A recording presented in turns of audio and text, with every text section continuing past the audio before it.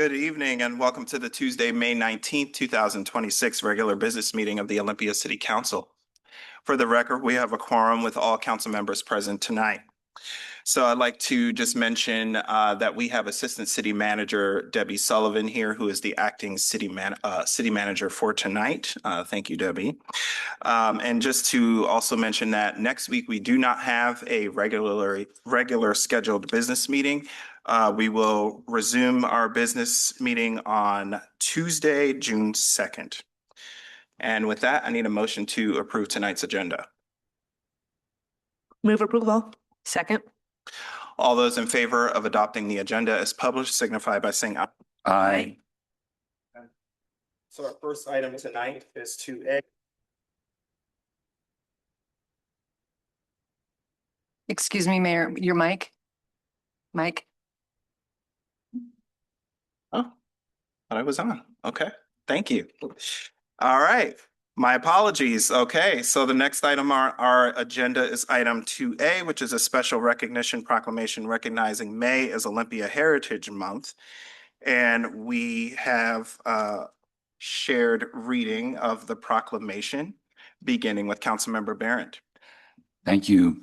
Whereas this year marks the 250th anniversary of the signing of the Declaration of Independence and the establishment of the United States of America, and whereas the National Trust for Historic Preservation's theme for National Preservation Month 2026 is All People Are Created Equal, and the nation is celebrating by sharing historic sites, neighborhoods, and landmarks that tell the full American story, and whereas embracing the identities, lived experiences, and diverse perspectives of Olympia's growing community enhances the livability and vibrancy of the city for all residents, and whereas the City of Olympia recognizes that history and heritage are essential components of a community's identity, and equitable opportunities for access and participation in historic preservation programming play a large role in painting a fuller picture of the past, and whereas the Olympia Heritage Commission is dedicated to providing education and resources that support all residents and community members in learning about Olympia's history by recognizing historic structures and stories of communities before us, and whereas educating the community on our shared history and challenges helps us all contribute to a more positive world for the future, and now, therefore, be it resolved that the Olympia City Council does hereby proclaim the month of May 2026 to be Olympia Heritage Month, finding new ways to recognize and celebrate our diverse history and heritage, and expand access to education and programming for all Olympians. Signed in the city of Olympia, Washington, this 19th day of May 2026, Olympia City Council, Dante Payne, Mayor.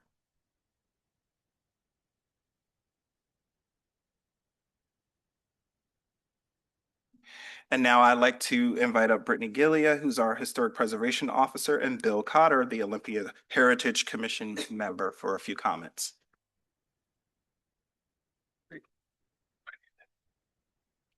Great. Thank you, Mayor Payne, and thank you to the members of the Olympia City Council for this proclamation and for your ongoing support of heritage and historic preservation in our city. The National Trust for Historic Preservation's theme this year, that all people are created equal, challenges us to do more than commemorate the 250th anniversary of the nation's founding. It challenges us to ask whose stories are being told, whose places are being protected, and who has a seat at the table when we talk about history, culture, and preservation. The Heritage Commission takes that challenge seriously, and we're grateful to serve alongside a mayor and a city council who do as well. This proclamation calls on us to find new ways to expand access and participation in historic and cultural preservation for all Olympians. And we're grateful for the city's support as we explore new and expanded relationships with tribal nations, cultural organizations, and neighborhood communities that can help us more fully reflect the breadth of Olympia's heritage. The stories of this place are bigger than any one district or historic era. And building those relationships across both community and institutional levels is how we begin to tell them more completely and more accurately. On a practical note, the Heritage Commission is excited to mention that we've been awarded grant funds to host a training on June 8th, where members of the various historic commissions and historic preservation communities across the region have been invited to learn more about how to operate as a commission. As part of this, we'll be learning about community engagement and identifying opportunities to promote historic preservation for histories that may have historically been more untold. In the near future, we also intend to apply for additional grant funding to conduct long overdue updated surveys for some of the older historic districts in Olympia. Keeping those records current is foundational to recognizing and protecting what makes Olympia irreplaceable and understanding those areas better as they exist today in 2026. We're proud of this community, and all of us on the commission are honored to serve it. Thank you for making this month and this work possible.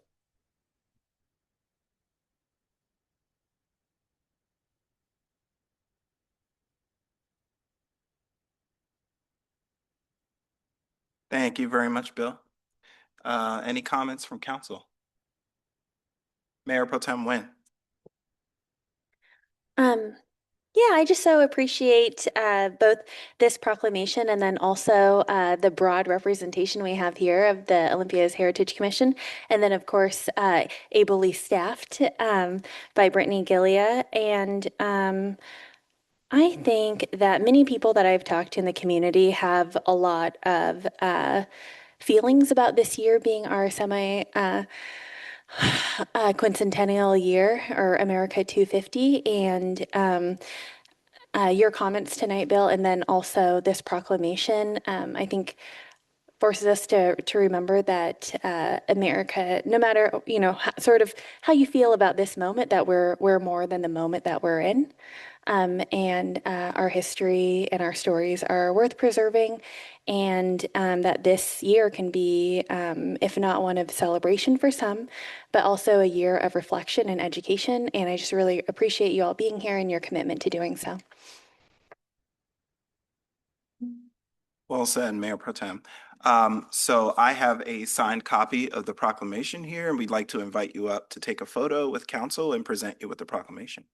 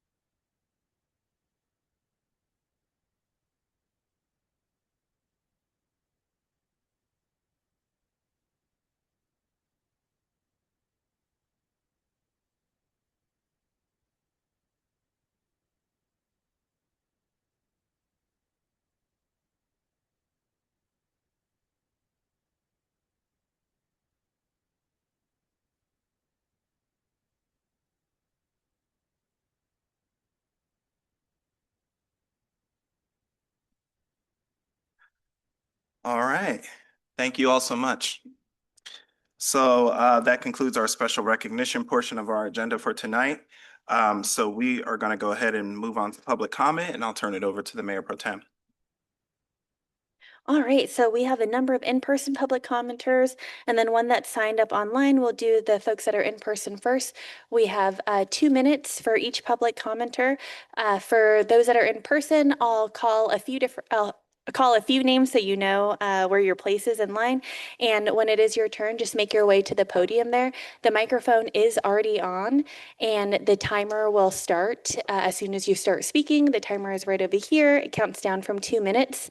There's also a few colors, lights before you, and when it changes to yellow, it's to indicate that you have 30 seconds to wrap up your comments, and then red will be that your time has lapsed. And if you do keep going past 2 minutes, you'll hear me try to gently chime in, and I'm saying thank you. I'm saying thank you, please wrap up. And if you do get cut off in the 2-minute time, sometimes it's too much time for folks and too little for others. So please know that we do invite you to submit your comments via email. And also, because we are in another election year, just want to remind folks that please do not use your time at public comment to signify your support of or their lack of a candidate or a ballot measure. So just a kind reminder. With that, We will call up Cece Coates, followed by Dee Dee Smith, followed by Rick Hoonan.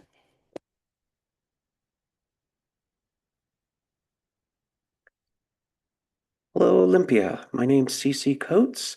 I've been a resident here for about 35 years.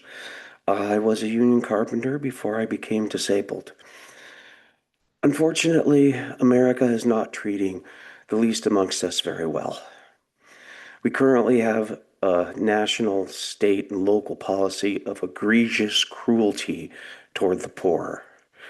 We've had 50 years of lack of funding for affordable housing, and it's starting to severely affect our communities.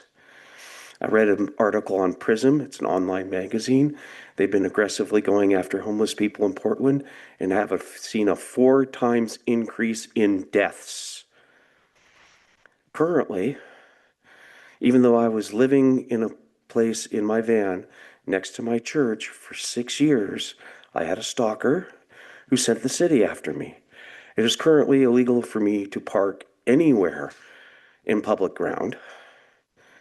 It is also not legal for anybody to take me in, whether that's my own church or my friends. You have basically legislated my life out of existence. I'm currently having to break the law, which breaks my heart. I keep hearing ever increasingly awful things from my community. I know 2 people who got evicted from their trailers on private land, trailers they owned. I'm hearing of people being arrested without charge and thrown into jail for just being homeless. We need to bring back compassion in America. We need to bring back caring. It is egregious violation of religious freedoms to not allow people to offer hospitality. Not even my own church could take me in because of the ordinances and zoning laws and parking laws and the insurance companies. So please bring back kindness to America. Thank you. Dee Dee? Hello. It's my very first time here, and I'm sorry, I'm really new at all of this, but I have volunteered at homeless shelters and community kitchen for the last 16 years here in town, and so I've gotten the opportunity to work with a lot of homeless people. And I'm here tonight to speak about the situation that we have with our people who are in vehicles. And I'm going to speak first about Chris Hyde. I don't know if you've heard of him. He's the Superman in town here. And he spoke to our organization. I'm a registered dietitian.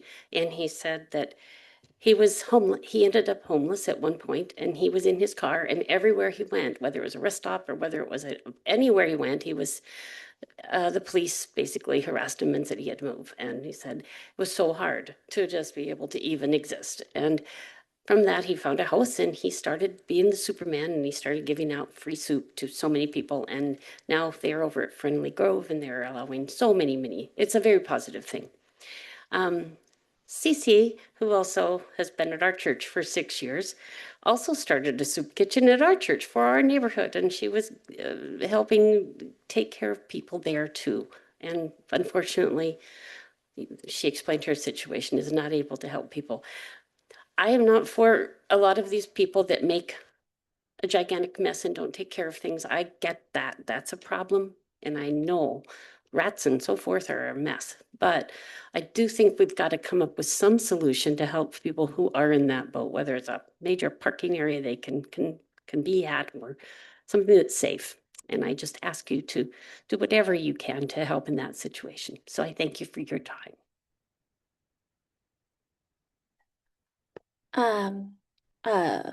Well, since it is your first time public commenting, and you did a fine job doing so, unfortunate circumstances, but I always like to lift up when people come here for the first time, and we hope that it won't be the last time. With that, for folks that may not be aware, we run through all of our public comment, and then there is time at the end for council members should they choose to respond. So if you're hoping for a response, hang on.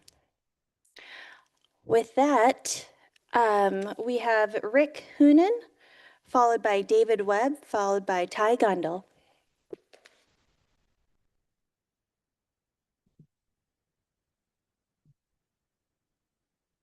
First off, I'm curious if you had received my 3 pages, and it has to do with the noise on Capitol Way North.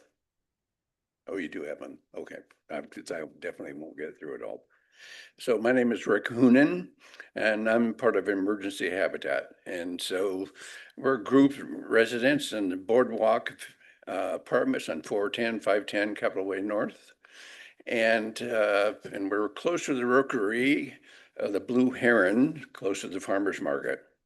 We have excessive noise from vehicles that create a lawlessness condition that exists on Capitol Way North, very near the Olympia Farmers Market.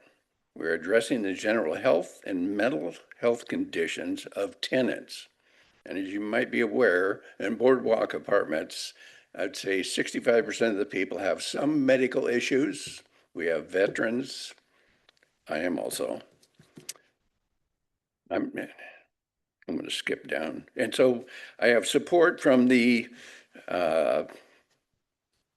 Harbor Heights building with occupancy of 116 units, and the DoubleTree owned by the Hilton Corporation, 106 units. And so the noise is overwhelming on Fridays and Saturday nights, and it's intermittent, as I've stated in here. You can go 4 hours and there's nothing, and then it's a rock star show. And they drive not to exceed the speed necessarily, but they're revving their engines and they're using the buildings as a sound zone. So the echo chamber. And I know they all get together and they all know it. So I don't know who to talk about in the city with this. Thank you. I see Chief Parker actually standing up. So I believe Chief is inviting you, Rick, to have a conversation now, if that's all right. Certainly. All right, thank you. Yeah, absolutely. Okay, and next we have David Webb. Always great to see when this council pressures people to talk with the chief instead of providing actual solutions or addressing any of their concerns. David Webb, Olympia. It's been a long day. Among other things, I learned that y'all are creating a short list of people you will actually help at the jungle. It was double-sided and stuck to a tree, and on the back it said when there would be an in-person opportunity to sign up. Only in English. I'm not sure if you know. I'm not sure if you were considerate or thought or educated or have people who work for you who do research that relay information, but many people do not speak English there. Also, many of them do not read English. And so it would be nice if y'all did more than go in once or twice between then and to make a list of people you're gonna save while you encourage everyone else to die everywhere else. So everyone displaced there in the next 5 months, everyone displaced to there in the next 5 months is automatically not supported. So in other words, all the encampments that your armed forces displace, all the people they tell go die in the jungle instead in the next 5 months after May 28th will not be supported. Your by name list, which is what you're creating, doesn't support the people there. And it's not reflective of the number of people who need it. Like the police auditor, this list just exists so you can point to and say, look, we're doing something. We're housing X number of people. We're not making all of them die somewhere else, just most. Implementing a cutoff date while you continue to displace your neighbors is cruel and a demonstration of your values and how little you actually respect your constituents in the jungle. Because I guess I need to remind you, they're not just like a blight on your society. They are your constituents. You're supposed to respect them and care about them and support them, not just tell them to go die somewhere else. I also want to remind the public that there's still no system of police oversight available to either them or this body, either no police oversight to the public or to this body. While failing to protect trans people, immigrants, or disabled and unhoused neighbors, they continue to enforce Olympia's die somewhere else rules and make unenforceable orders, as I demonstrated yesterday with Officer Spitzenhaler. Thank you. All right, I see Ty Gundel approaching the podium, and then next we'll have Molly O'Neill, followed by Gary Myers and Stephen Bramwell.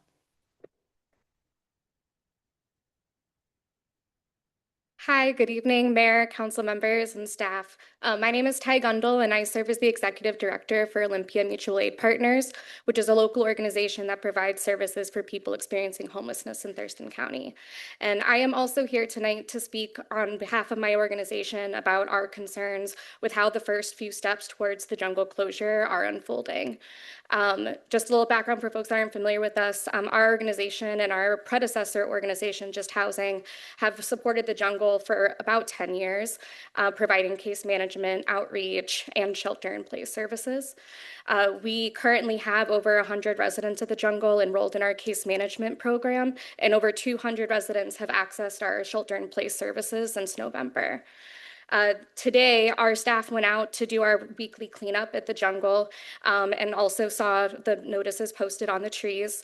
It was there that we learned that notices went out yesterday and also that a deadline had been set for the creation of this by names list for May 28th, which is less than 10 business days away from the day that it was posted, and less than 2 weeks altogether. We are very concerned about the pace of which this is moving, and especially the pace of the creation of the by names list. We served as Thurston County's right-of-way outreach program for 3 years, the first 3 years of the road program, so we were in charge of creating all the by names list. For camps half the size of the jungle, it took months to create a list that we could adequately capture who was there and to make sure that everybody that should be there is on it. There's a lot of other concerns that we have, including what was spoken to about the deadline coming far before the jungle is closed. There's more I could go into, but just want to encourage the council to maybe encourage others to take pause. It's a big undertaking to close the jungle. We want to see it done with care. Yeah, just encourage folks to take the time. Thank you. Thank you. Molly O'Neill?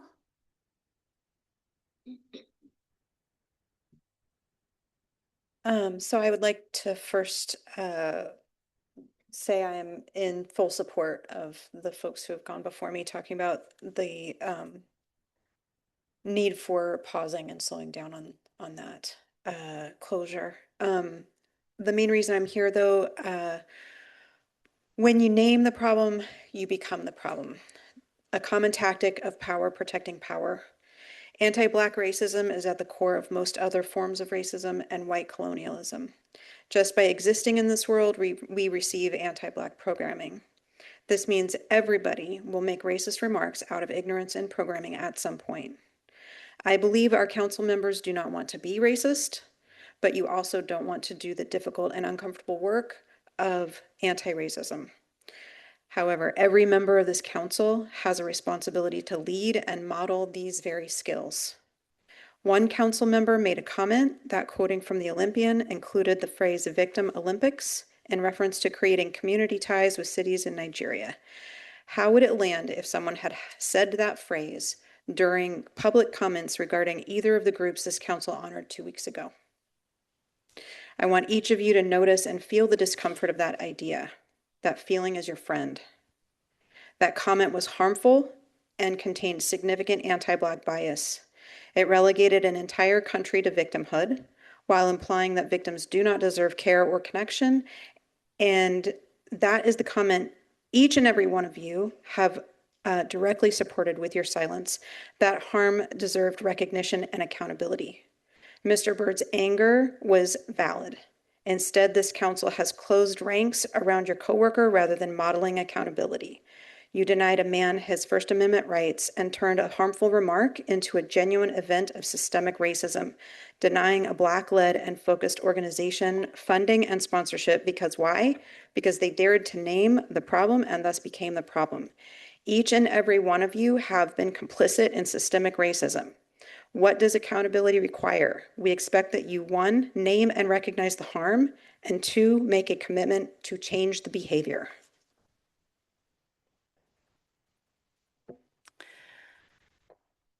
Thank you. Gary Myers, followed by Stephen Bramwell. Mayor and council members, I'm here to read one OMC fire code statute. This is OMC 1632-050, Part C. The access roadway shall be extended 150 feet from all portions of the exterior walls of the first story of any building. Where the access roadway cannot be provided, approved fire protection systems or systems shall be provided as required by the fire chief. I have been trying to get access to that statute for months, dozens of emails. And I don't know why I can't get a review under that statute. I've also submitted alternate means of fire access. It's basically hose access. The obstacle at my cul-de-sac is an 8-foot retaining wall. And my proposal is merely to put a stairway up over that within all my setbacks and whatnot. So there's two means for me to get access. The fire review had its own problems. My site is listed on East Bay Drive, right past the condos as you're going out of town. It's up on that bank. This is not rocket science. I don't know why I can't get access to this, a review of this statute. Thank you. Oh, Go ahead. so yeah, I'm just perplexed. I've sent 16 emails. I finally got a fire review, and the review cited unadopted code by the city and failed to cite OMC 16.5, which was binding. So I asked for reconsideration. It was crickets. And my permit is ready to be denied. Thank you, Gary. Stephen Bramwell?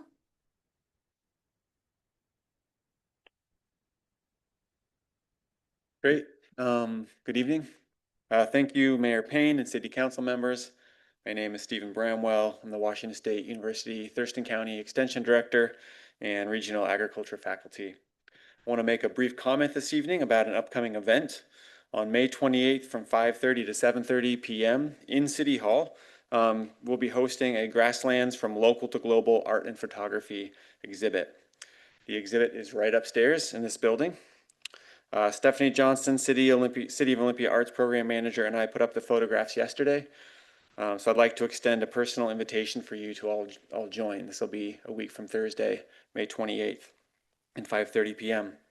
The event is a local opening to the United Nations designated International Year of Rangelands and Pastoralists in 2026, which includes our prairies and pasture lands. The IYRP is a global initiative to raise awareness about the world's grasslands, their incredible biodiversity, and the people who work and live in these environments. The photographs upstairs will be joined on May 28th by a multi-sensory exhibit kiosk. It will display various fibers of grazing animals, photographs of prairies locally, at the continental scale, and globally, and an interactive 10-foot wide by 6-foot tall composite image and illustration of North American prairie grasslands that was designed specifically for this event by local illustrator Lara Kamenoff. And front and center on the illustration of in our local prairie is our local prairie superstar, Camas. So images were contributed by local farmers, ranchers, local conservation organizations, and the Olympia Camera Club.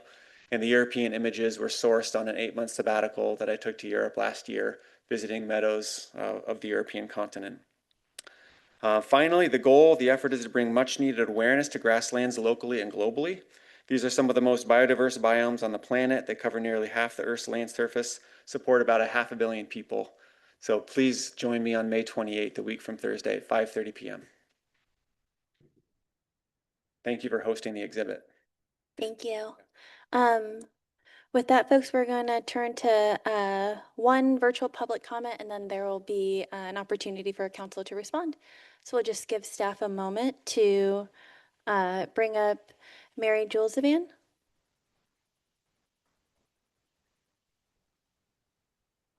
Can you hear me?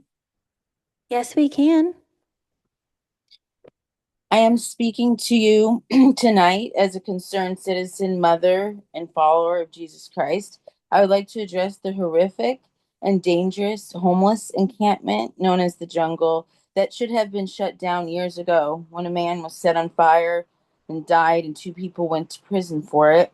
This homeless encampment not only remains but is growing larger and more dangerous by the minute, fueled by criminals, drugs, including fentanyl, and untreated mental illness. The corrupt powers that be enable these type of encampments while filling their pockets, specifically City of Olympia. For example, I'm from Gig Harbor, Washington, about an hour away, and their city council literally said they have higher community standards, and that is why they would never allow something like the jungle to happen in the first place. I have also spoken to the Olympia Police Department over the years, whom I deeply respect, and they have expressed their frustration to me as they feel as though they are not able to enforce the law due to the corrupt local government, including you guys, the city council. Unfortunately, I have lived in Olympia for 13 years, and now my 11-year-old son has to endure these horrors. The current situation is not working. We cannot normalize dangerous conditions and call it progress. We also cannot continue to enable these dangerous conditions with homeless outreach programs such as clean needles, honey buckets, and dumpsters. We need to enforce the law now, not continue to enable dangerous drug fueled criminals. Thank you. Okay, well, with that, I don't see any more signed up for virtual public comment, and so that concludes the list of public commenters, and just hand it back to the mayor. Thank you, Mayor Pro Tem. I'm going to turn it over to our Assistant City Manager, Debbie Sullivan, for a few comments on the jungle. Thank you, Mayor, and thank you, everybody, for coming out to speak on this issue. You know, the jungle is a very complex situation. It's been in our for many, many years, and we have a regional encampment transition planning team that is working to resolve not just the issue out there, but transitioning people compassionately and safely into housing. Our team has been at the jungle for several days, getting to know the people out there, who is out there, who needs housing. And so, yes, they have been creating a by name list. I just want to say that the creation of the by name list allows us to take advantage of units that are funded by the State Department of Commerce that are becoming available, so we can start transitioning people into housing sooner rather than later. That is just one tool. We are going to have to do a longer planning process in order to find solutions for people to move into housing. So there's not any, the intent that we have with this is to support people and transition them safely and compassionately, not to sweep the encampment. So I hope that helps answer some questions. If you have more, I'm happy to answer. It does. Thank you, Debbie. Yes.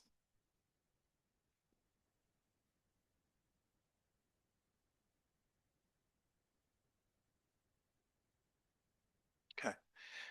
All right. Are there any additional comments from the council? Councilmember Gilman, followed by Councilmember Vanderpool. You all have given us a lot to think about tonight, and I appreciate that. And I guess here's where I'm at in the big picture is that encampments or vans don't create crime, including domestic violence. They don't create drug use. They don't create a lack of access to mental health, and they don't create poverty. But each of those factors have led people to have nowhere to stay. And so I honestly don't think it makes any sense to keep pushing people around whack-a-mole when we don't have more services to provide. And I am hopeful that this effort with the jungle and bringing in more regional governments together to try to bring resources will help, but I'm not super optimistic that it'll be transition. I think that many people will remain unhoused because there's just not units and there's not a big pipeline of millions of dollars waiting for us to ask for it right now. There's not the resources. So I hope that as we reconsider our one community plan for responding to poverty and homeless in our community, that we acknowledge that the last several years of hoping to build affordable housing and stand-up medical services has not met the need. And we have to respond to the human beings who we can't meet that housing or social service or health service need right now, as well as continuing to provide housing and services for as many people as we can muster. But I just want us to make room to acknowledge that not everybody's going to be served and that we still have the need and the responsibility to help take care of our neighbors. Thanks. Thank you. Councilmember Vanderpool, followed by Mayor Pro Tem Nguyen. I appreciate what I'm hearing from my councilmates around this issue because it is, we have to try to be creative on some of these, right? I've met with some of the folks with CC. Was almost a month ago. We met and talked about like potential solutions, especially around how do we if we can create exceptions around like permits, for example, to allow folks to live in the city that are residents, right? Between the property owner and the folks that are living either in an RV or and so on and so forth, right? In order to make sure that we are compassionate and meet the needs. That's just one thought. The other thing I wrote down that I thought about as I'm hearing this comments is we have to continue to push the state to give us more resources around this, right? Councilmember Gilman talked about how we're very limited on resources and we have to get the state to help us out. We have to actually, in fact, if we're living through a housing crisis, the state has to start building housing, right? It can't just be us doing it. Like the state actually has to build housing. And if we go into a recession or depression, it absolutely has to build housing for people, right? It'll cost a lot of money. It'll be a fight, but it has to be something that we have to do. That's something that I keep thinking of, right? Like locally, we're very limited. And we know that we've been trying very hard and we're extremely limited, but we have to demand that the state help us more in order to meet those needs. The other thought about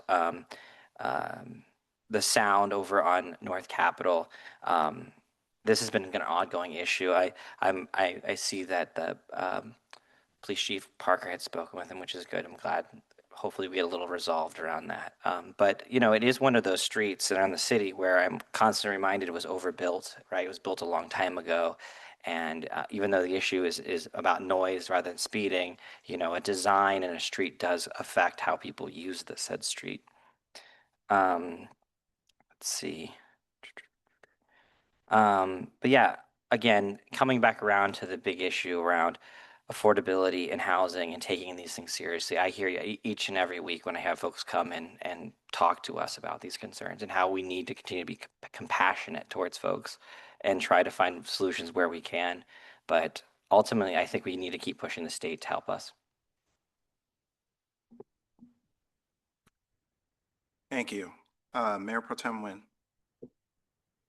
Yeah.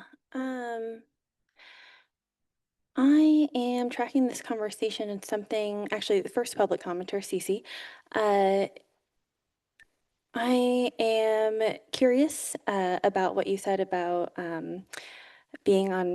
essentially being on private property and allowing folks to use their private property to let people stay there if they want to. And so that's a difference in my understanding of how that is. And I understand if it's a sort of a neighborhood that has an HOA or something that's against it. But when you brought up your church, I have actually wondered that when you've come into public comment in the recent past about, oh, I wonder about like space at the church. And so you're saying that that's not allowed per our regulations. That is, I see. So it's just something I perked up on, and it's just different than my understanding, and so something for me to look into. So thank you for sharing that. And then Molly O'Neill. I want to just first say that I want to address your comments, and I'll just first say that I understand that this is not a two-way conversation. So you shared, and now I'm just going to share. So what you had said, that comment that you're talking about, a council member, they're talking about me in the paper. They're saying that I said that. They're quoting someone that said that I said that. And it almost feels, it feels strange to even be talking about a conversation that happened almost 2 years ago. And for a comment that I made that was, and it wasn't that comment. That comment is different than what I actually said. And for those of you that are listening and that have no idea what I'm talking about, I'm sorry, this is kind of a deep cut. But what you're talking about, Molly, this is a comment that I actually said, I was kind of going out on a limb and sharing some of my personal and my family's personal stories that I will not do in this forum because I am protective of them. And I said that as a disclaimer, that I am not at all trying to play the oppression Olympics. That is what I said. And I said that because when I don't know someone as well and I'm going to try to make an attempt to be vulnerable,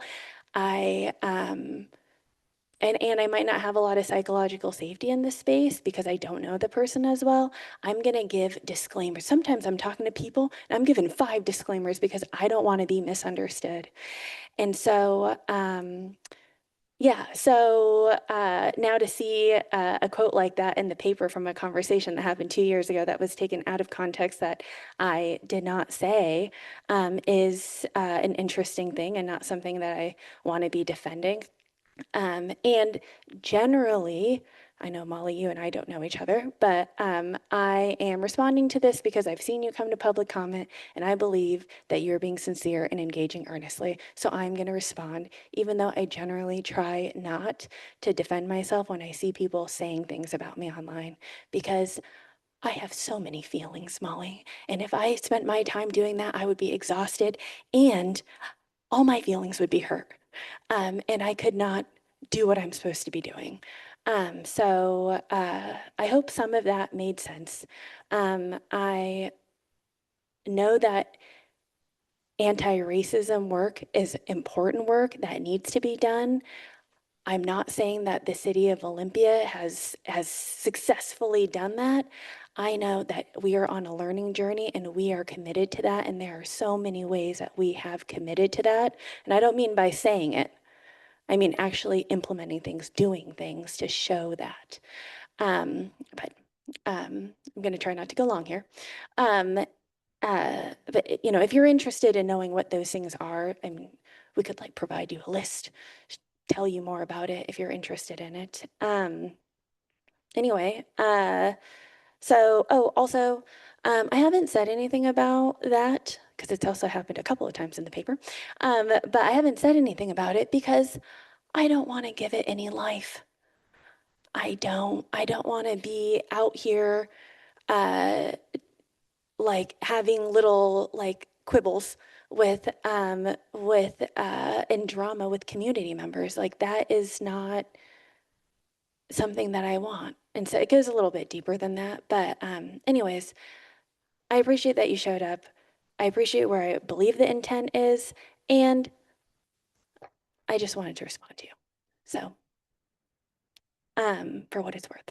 And then, Gary, yeah, oh, it's okay, Gary, you can stay seated. I just want to let you know that I am listening to what you're saying, and it's clear that I need to check in with staff.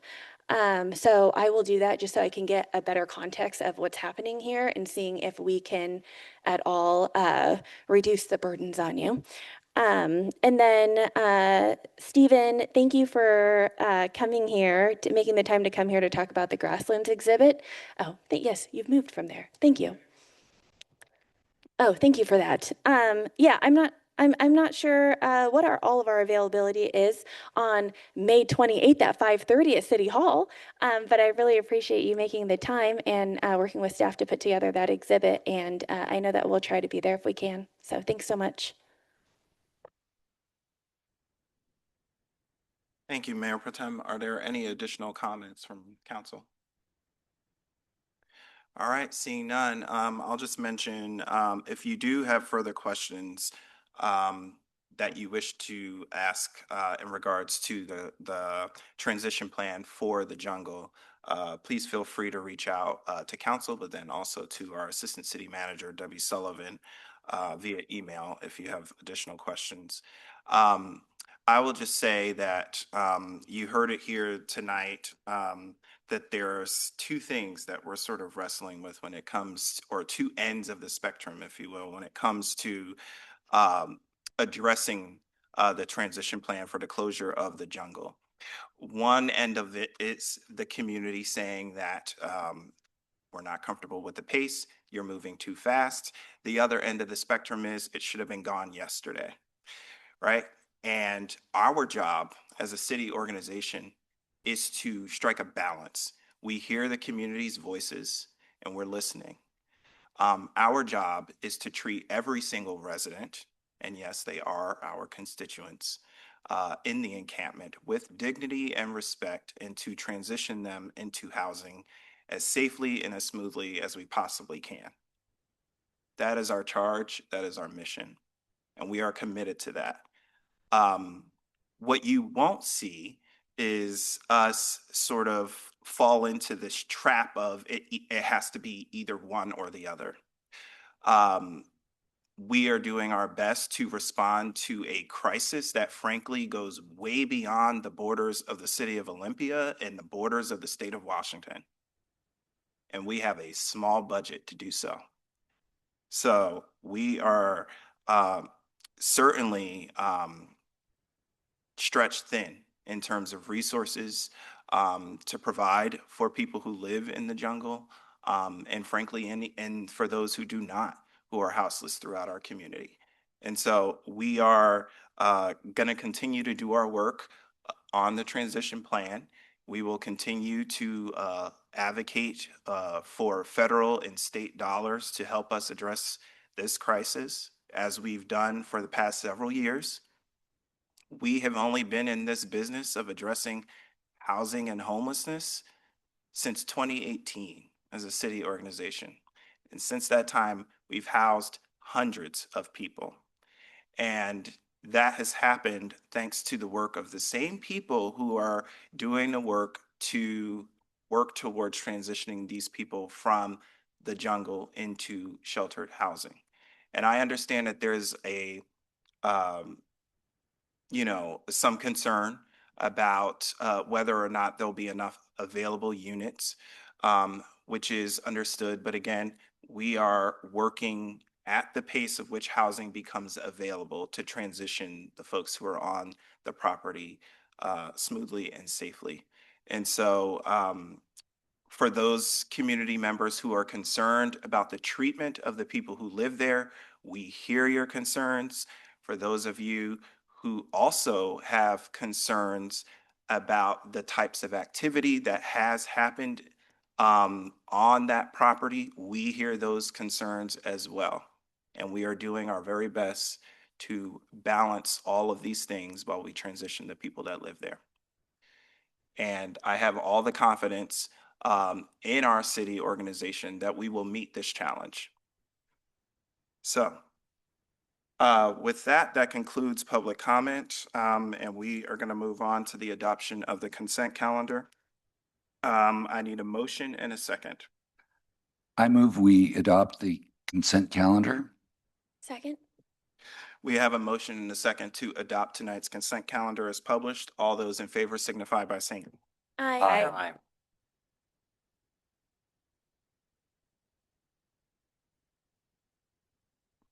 our only business item that we have tonight. Thank you. We've got to get used to these new mics. Sorry. You hit the button and you think it's on and it's not. So we're going to transition to our only business item on our agenda, item 6A, which is the Civilian Police Auditor 2025 Annual Report. And I'm going to invite up Margot Morales, who is our Community Engagement Program Specialist, to kick us off tonight. Hi, Margot. Thank you. Good evening, council members. For the record, my name is Margot Morales, Community Engagement Program Specialist. I provide staff support for the Civilian Police Auditor and the Community Policing Board. This evening, I am joined by OIR Group here to present their first annual report since being hired by the council in May of 2025 to fill the role of Civilian Police Auditor. The central role of the auditor is to review use of force and complaint investigations completed internally by the Olympia Police Department and provide regular reports to the City Council. These reports include recommendations to improve police department operations, policy, and training based on their findings. Their scope of work also includes an annual work plan to include prioritizing the specific police policies, training, and other issues of interest that the police auditor intends to review. OIR Group's 2026 work plan was reviewed by the Community Policing Board and approved by the Council in April. In March, OIR Group presented a draft of their report to the Community Policing Board. As outlined in our municipal code, OIR Group will meet with the board prior to finalizing both their mid-year and annual reports. Board members can ask questions and provide community perspective regarding the draft recommendations. As previously established with the former police auditor, the Chief of Police provides a department update along with the auditor's presentation of their reports.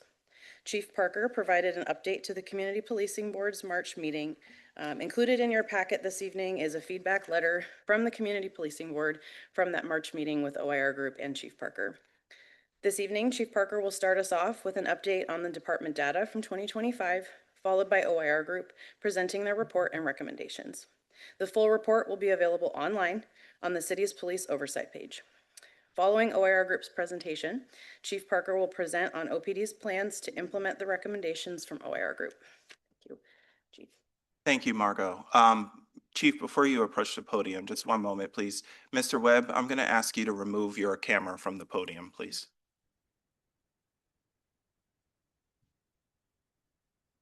This meeting is recorded, and anyone who wishes to have it may have access to it. It is not permitted to be there either. Please remove it. You may take it back to your seat. Please do not stage it. Please do not stage it anywhere in the chamber. Mr. Webb. Mr. Webb, I'm going to ask you to... Mr. Webb, we reserve the right to remove the camera, or we will recess the meeting and reconvene behind closed doors. Mr. Webb, this meeting is recorded.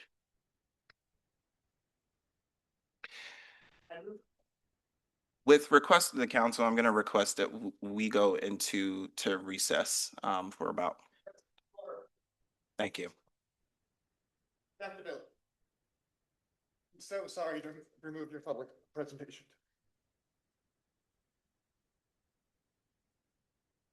Have a good rest of your day, night.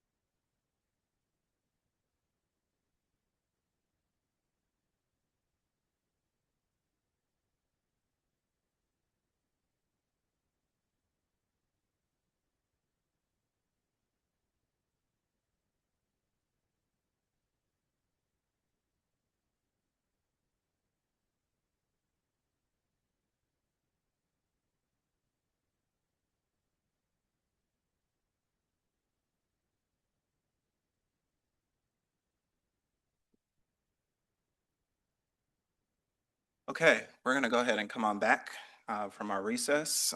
Thank you, council members, for your patience. Mr. Webb, I see that your camera is still on the podium. I'm going to have to ask you to remove the camera. You are permitted to hold the camera in your seat, but I have asked you repeatedly to remove it from the podium.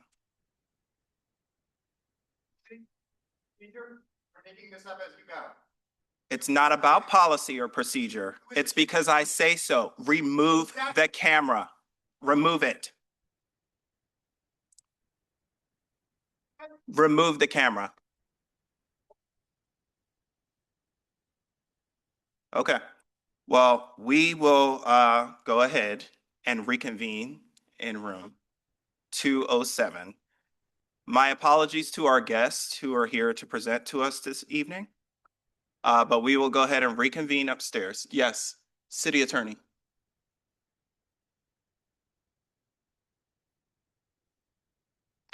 Yes, I'm aware of that. I'm just speaking out loud.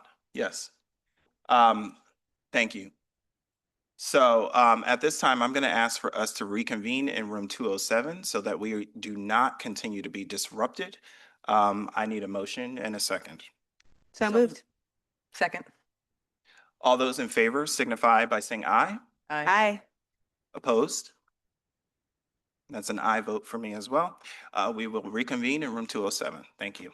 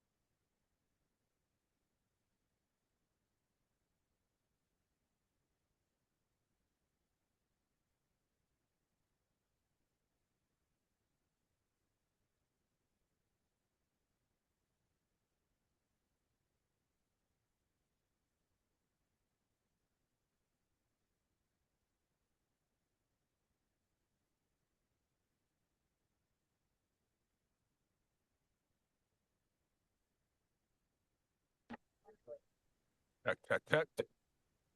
Can you hear me down there? Oh, is there? I think so. I thought it sounded like here. That's right. I've got a staff mic. Can you hear that? Okay, we're coming through broadcast just fine. Okay, cool. All right.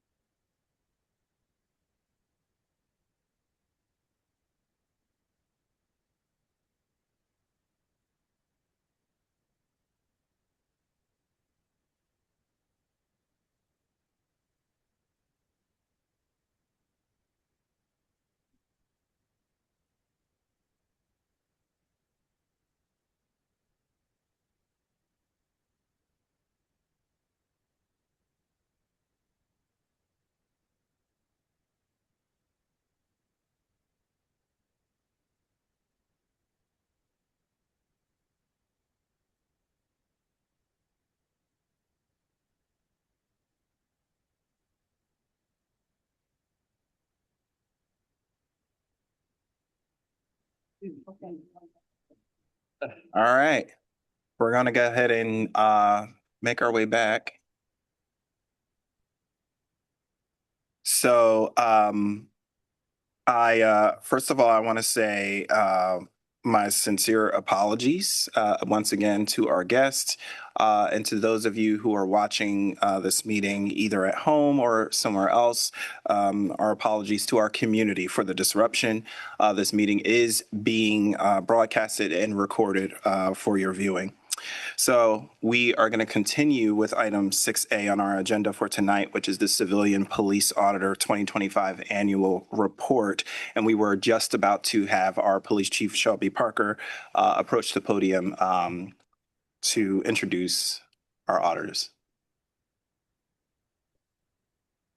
Good evening, Mayor Payne and council members. Thank you for having me here tonight. For the record, I'm Shelby Parker, Chief of Police, and I am thrilled to have our auditors with us here tonight. We'll hear from them in a moment.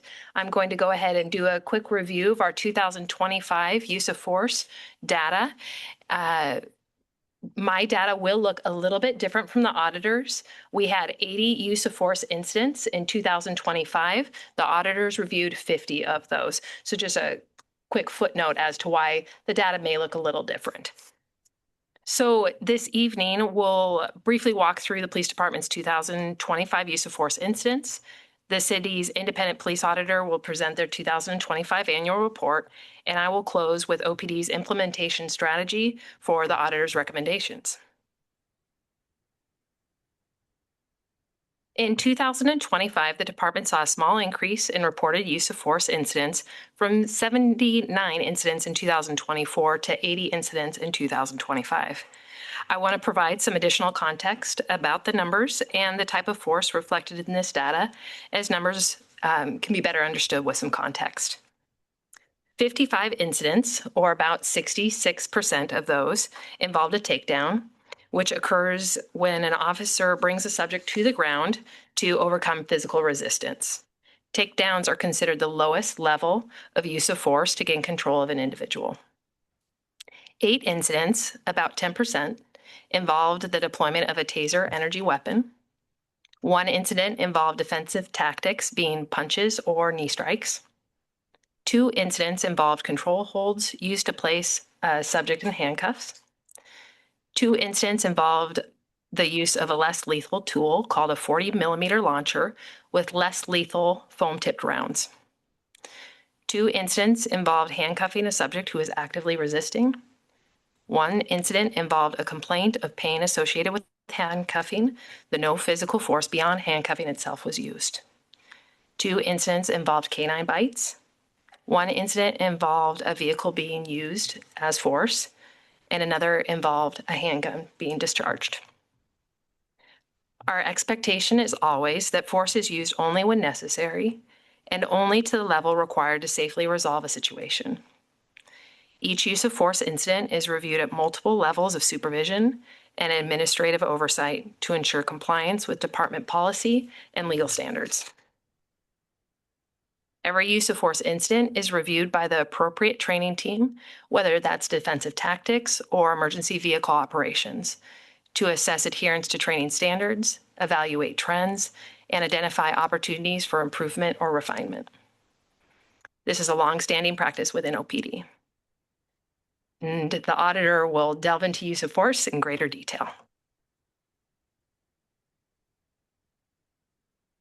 So to provide some context for these numbers, in 2025, OPD responded to 53,664 calls for service. The vast majority of interactions were resolved without arrest or use of force. 3,172 of those incidents involved an arrest. This comprises about 5.9% of calls for service that resulted in arrests. And out of those 3,172 arrests, 80 of them involve the use of force. So that is about 2.5% of arrests, and then it's about 0.15% of total calls for service resulted in an arrest.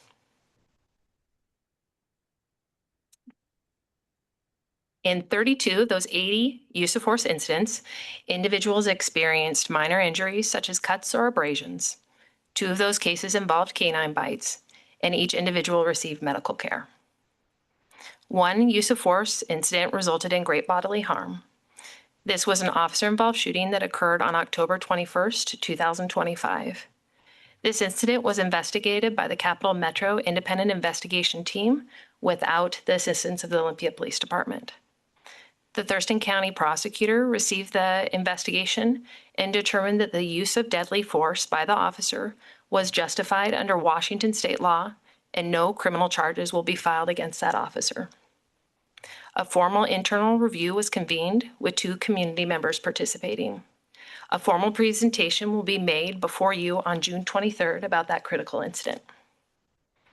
At this point, I'm going to turn the presentation over to the OIR group. At the conclusion of their presentation, I will return and discuss our implementation strategy for the recommendations.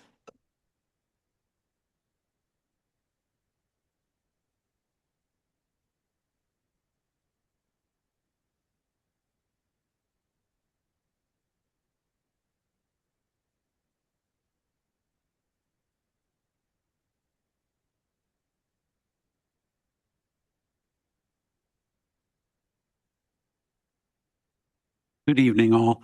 Michael Giannaco, part of OIR Group. I have with me my colleague, Stephen Connolly.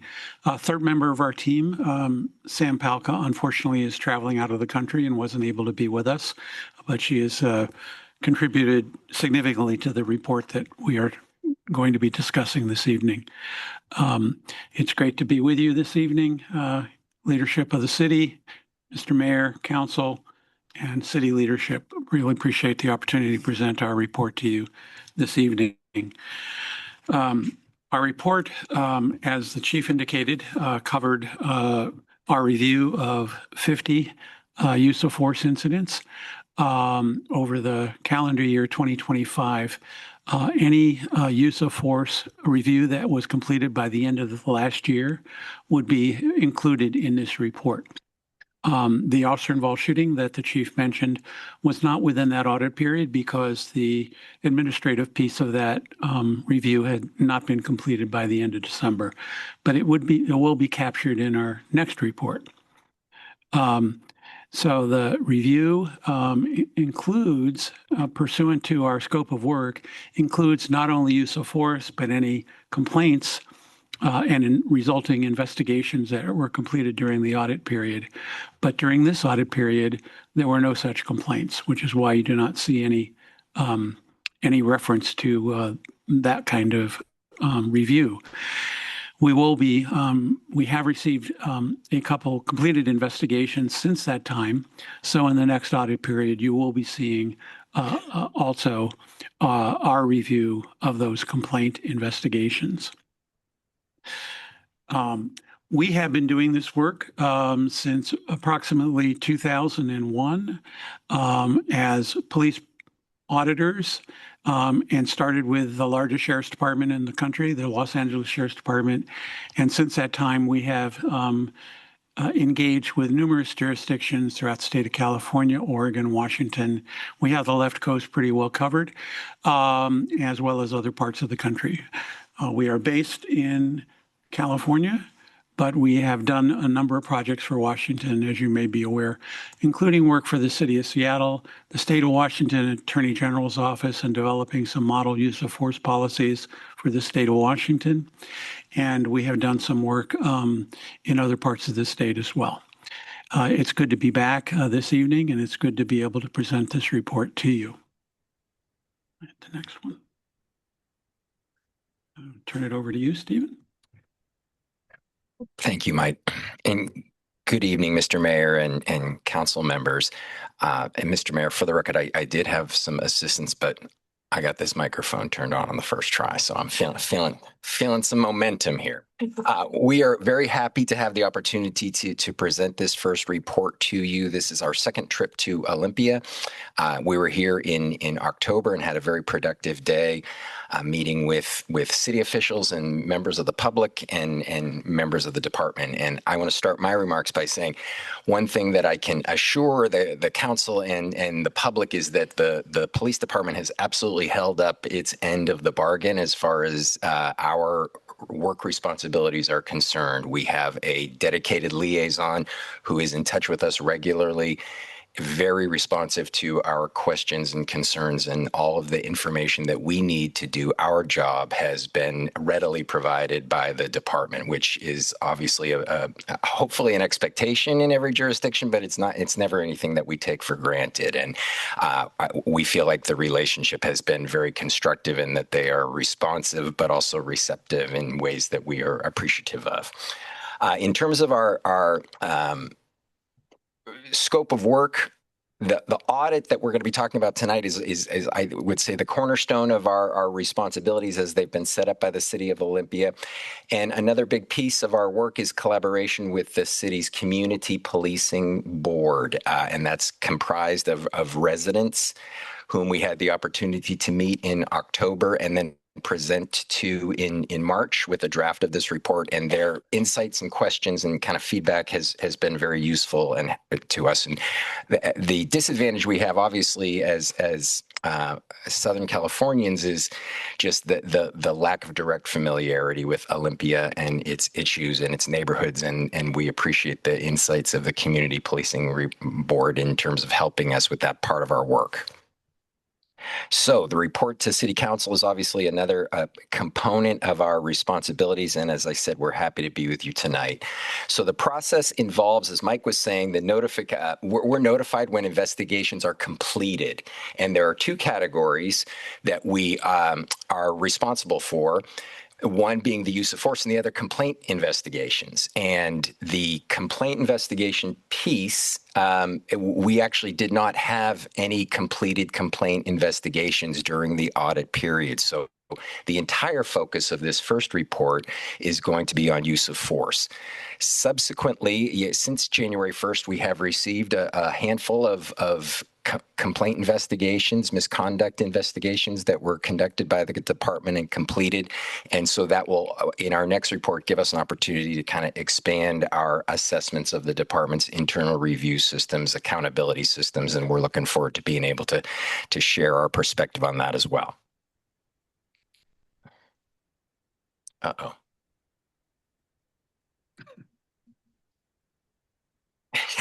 So, just in terms of let me just vamp here for a while until my PowerPoint comes up, but I think I remember it pretty well.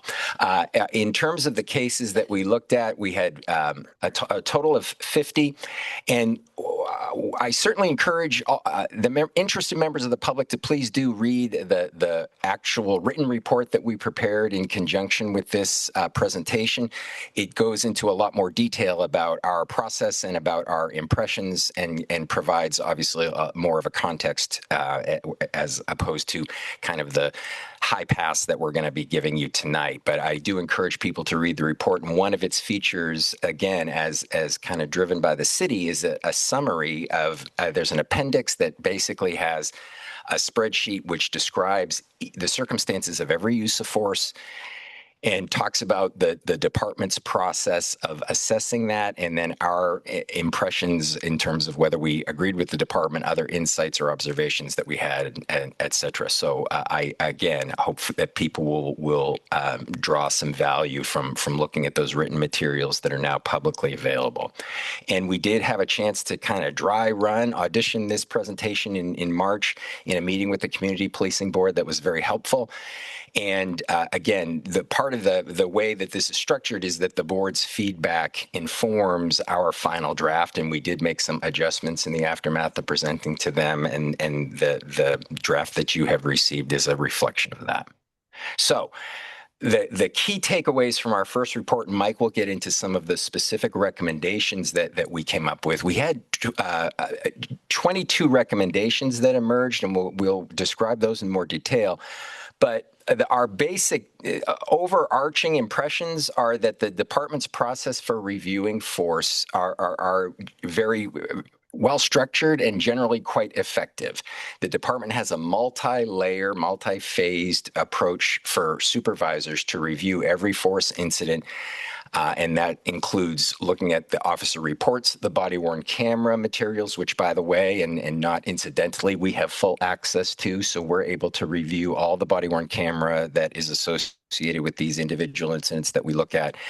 And the department has a template for supervisors to fill out that is extremely detailed, and it really makes sure they're covering a lot of the bases that you would like to see kind of comprehensively assessed in the aftermath of something like this. And then there is an evaluation of whether the force was justified and in policy, and not I would say significantly, there's also a separate component of their process that specifically asks for any other training or other insights or interventions that the supervisor might have with regard to the performance of the officer. So even if it was an acceptable use of force, even if it was within policy, there might be some worthwhile adjustments that can be made, and the supervisors are conscious of that and addressing those. It's one of the things we hope the department will push a little further on in the future. We think there's room for them to be even more expansive with that concept, but they have certainly made some good strides in that direction.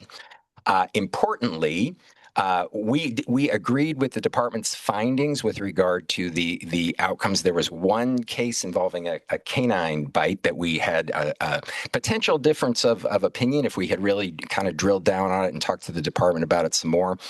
But for the most part, we concurred that the department's assessment was appropriate, and that the uses of force themselves were consistent with policy and training and justified under the circumstances.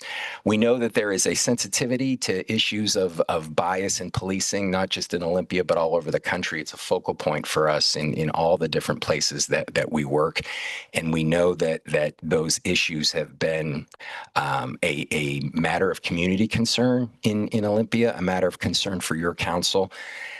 Our lens for looking at issues of bias is admittedly very small from a statistical perspective, and just only in terms of these use of force interactions that have occurred. So we're not seeing the full range of encounters that the department is having with the public and some of the other potential enforcement issues that are out there.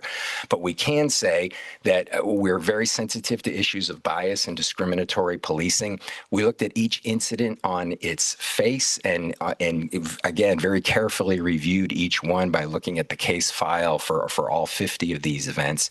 And we did not see evidence of bias or discriminatory policing in the way that the officers responded to the individuals that were the subjects of the call for service or the encounter, and certainly not with regard to the way that their force decisions were made either. So again, we don't, the conclusions that we can draw from that are fairly limited just because of the statistics and other factors. But from the window that we had, it's important to note that we did not see any evidence of bias or discriminatory policing in the incidents that we reviewed. I'm going to turn it back over to Mike to talk about some of the recommendations that we emerged with. Thank you, Stephen. With regard to the recommendations, as we've indicated, our work during this audit period consisted entirely of reviewing use of force incidents. Use of force incidents are important to review. It's important that they be reviewed internally. And I think it's wonderful that you have empowered an auditor to look at the use of force incidents externally as well. The mere fact that you have authorized us as your auditors to publicize what happened with regard to these use of force incidents, and you will see all 50 described to some degree in a narrative at the end with our case chart. But it provides just the mere fact that that information is being provided to your public is a little bit unique in the sense that I don't think there's any other jurisdiction in this county that provides that level of transparency with regard to when your officers use force. And it informs your public in a way in which many other jurisdictions in the state of Washington do not. In fact, I think there are only a handful, maybe less than a handful, of cities or counties in your state that provide this level of transparency and allows an independent or empowers an independent police auditor to take an outside view of what's going on here. And why is that important? We, who have been in this field for over 20 years, feel it's critical to look at uses of force and how the department evaluates force when it's used by its officers, because it's an awesome display of power and authority that we give our officers, and no other occupation in the country has that empowerment.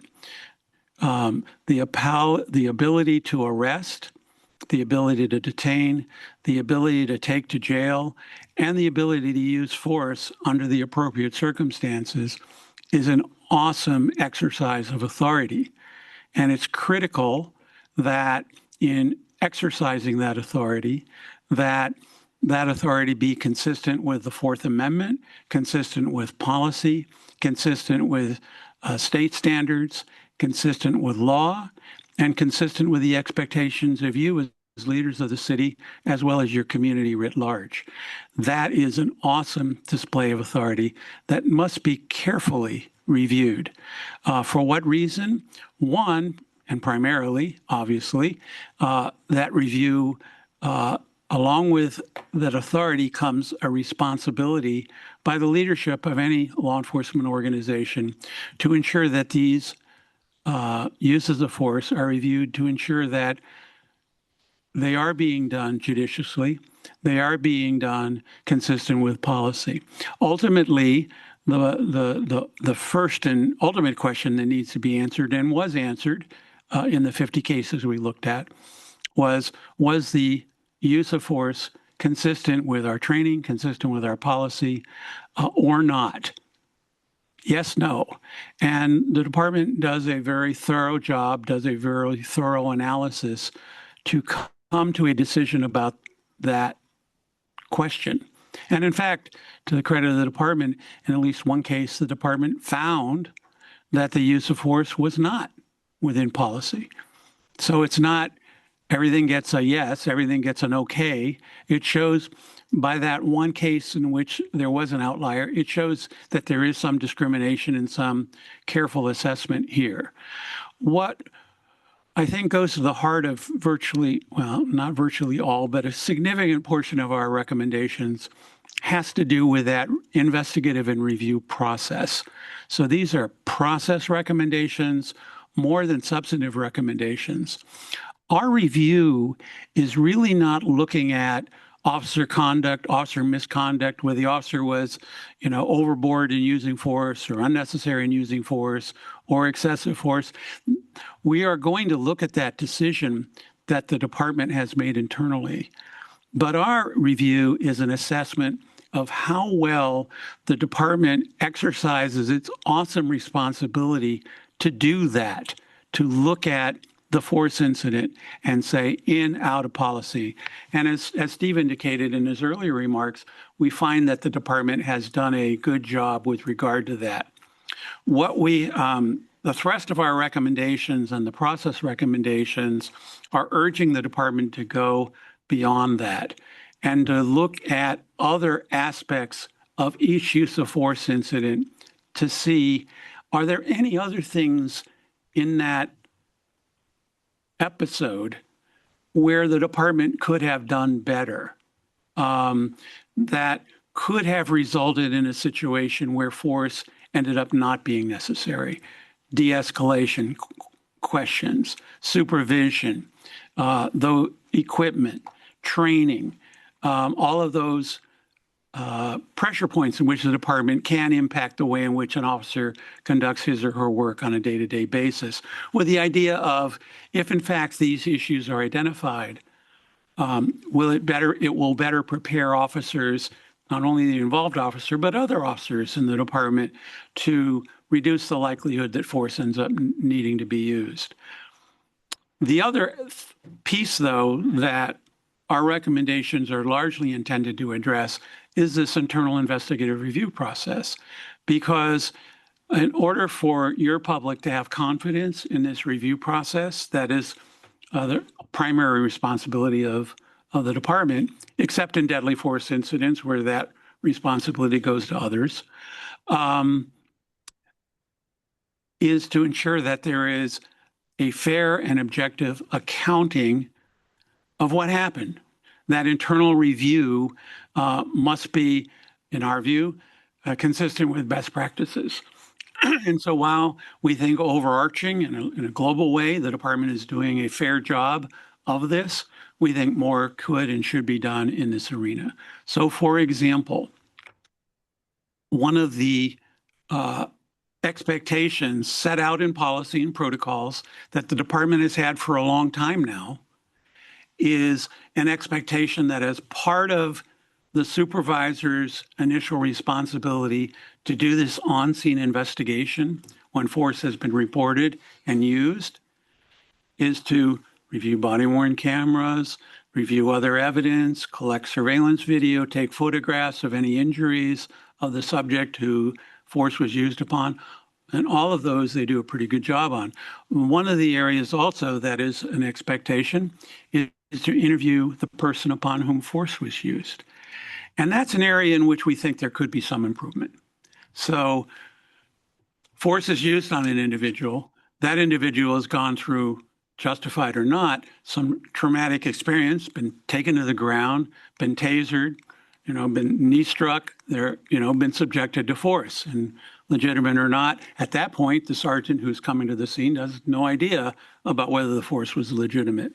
That'll all come out in the wash, but one of the first things in order to come to that decision, the supervisor is expected to do is interview the person upon who force was used. And in that case, we saw situations where, in our view, that interview could have been better, could have been more thorough, could have been more objective. It's a difficult situation to put a supervisor in where officers under his or her authority have committed force and engaged in some tactical exercise, put an individual in handcuffs, and then put that individual in the back of the car, the radio car, before he's transported to jail.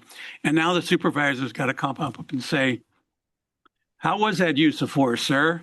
You can understand the difficulty and the challenges there. The person is not going to be probably confident in the ability of that supervisor to conduct an objective, fair, thorough, trauma-informed investigation or interview.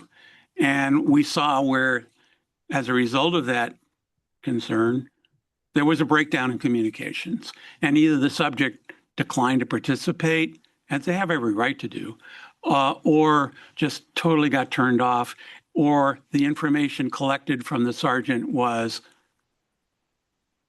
cursory, not full, not thorough, no real opportunity for the person to engage. Now, some of these folks were clearly, based on the initial investigation, clearly in a mental health crisis. And it even becomes even more difficult for a sergeant to engage with a person who not only has some mental health issues, but was engaged in a mental health crisis that may have likely led to the use of force upon him or her. So you can understand the difficulty there. So what we have suggested, and a good number of our recommendations, have to do with improving this process, making sure that there is, to the degree possible, and sometimes it's not going to be, an engagement in which the subject has an opportunity to be heard after this trauma that the subject has experienced. Quite candidly, with the advent of body-worn cameras, the legitimacy of the force, there is going to be other evidence that in some ways is going to be even more powerful and determinative of whether the force was within or outside of policy. But that's not the only reason you want to interview the subject of the investigation, because in addition to that, you want the subject of the investigation to be able to provide a narrative or an account of what happened to him or her during this event. And so to the degree that the department can encourage supervisors to understand that that is one of the tenets, and that's the reason for this requirement. It's not a checkoff box. It's really an intent to get at what the subject was experiencing and maybe get an explanation for why what went down. And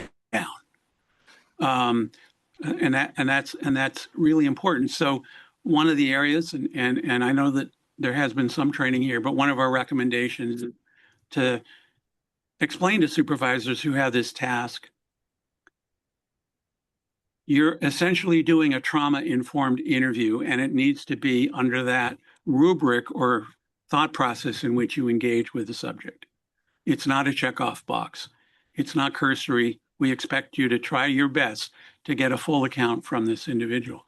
Another resource that the department has available for these cases, particularly for those who are in mental health crisis, is to call crew and see if crew can help facilitate that interview. By that time, things are code 4, handcuffs are on, things are static. There's not going to be any threat to crew at that point. But crew may be able to assist and not do the interview, but assist in facilitating that interview by gaining confidence or some level of rapprochement with the individual upon whom force was used. So those are illustrations of the process recommendations that we make here, intended to improve the product of review that is still pretty good. And by the way, because you've had auditors and you have a very, as Steve indicated, a very robust process already, we're not talking about police oversight 101. We have been informed and fortunate to come to engage an agency where we're talking about oversight at a graduate level here. So it really is, that analogy I think is important to understand, is we're not talking about low-hanging fruit here. We're talking about improving a process that is already very good. And that I think is important for your public to understand as well. Some of the other recommendations have to do more with more substantive areas. Certainly the use of the taser and trying to improve the way in which the taser is used to ensure that there is no significant injury when that weapon is used is another area that we looked at.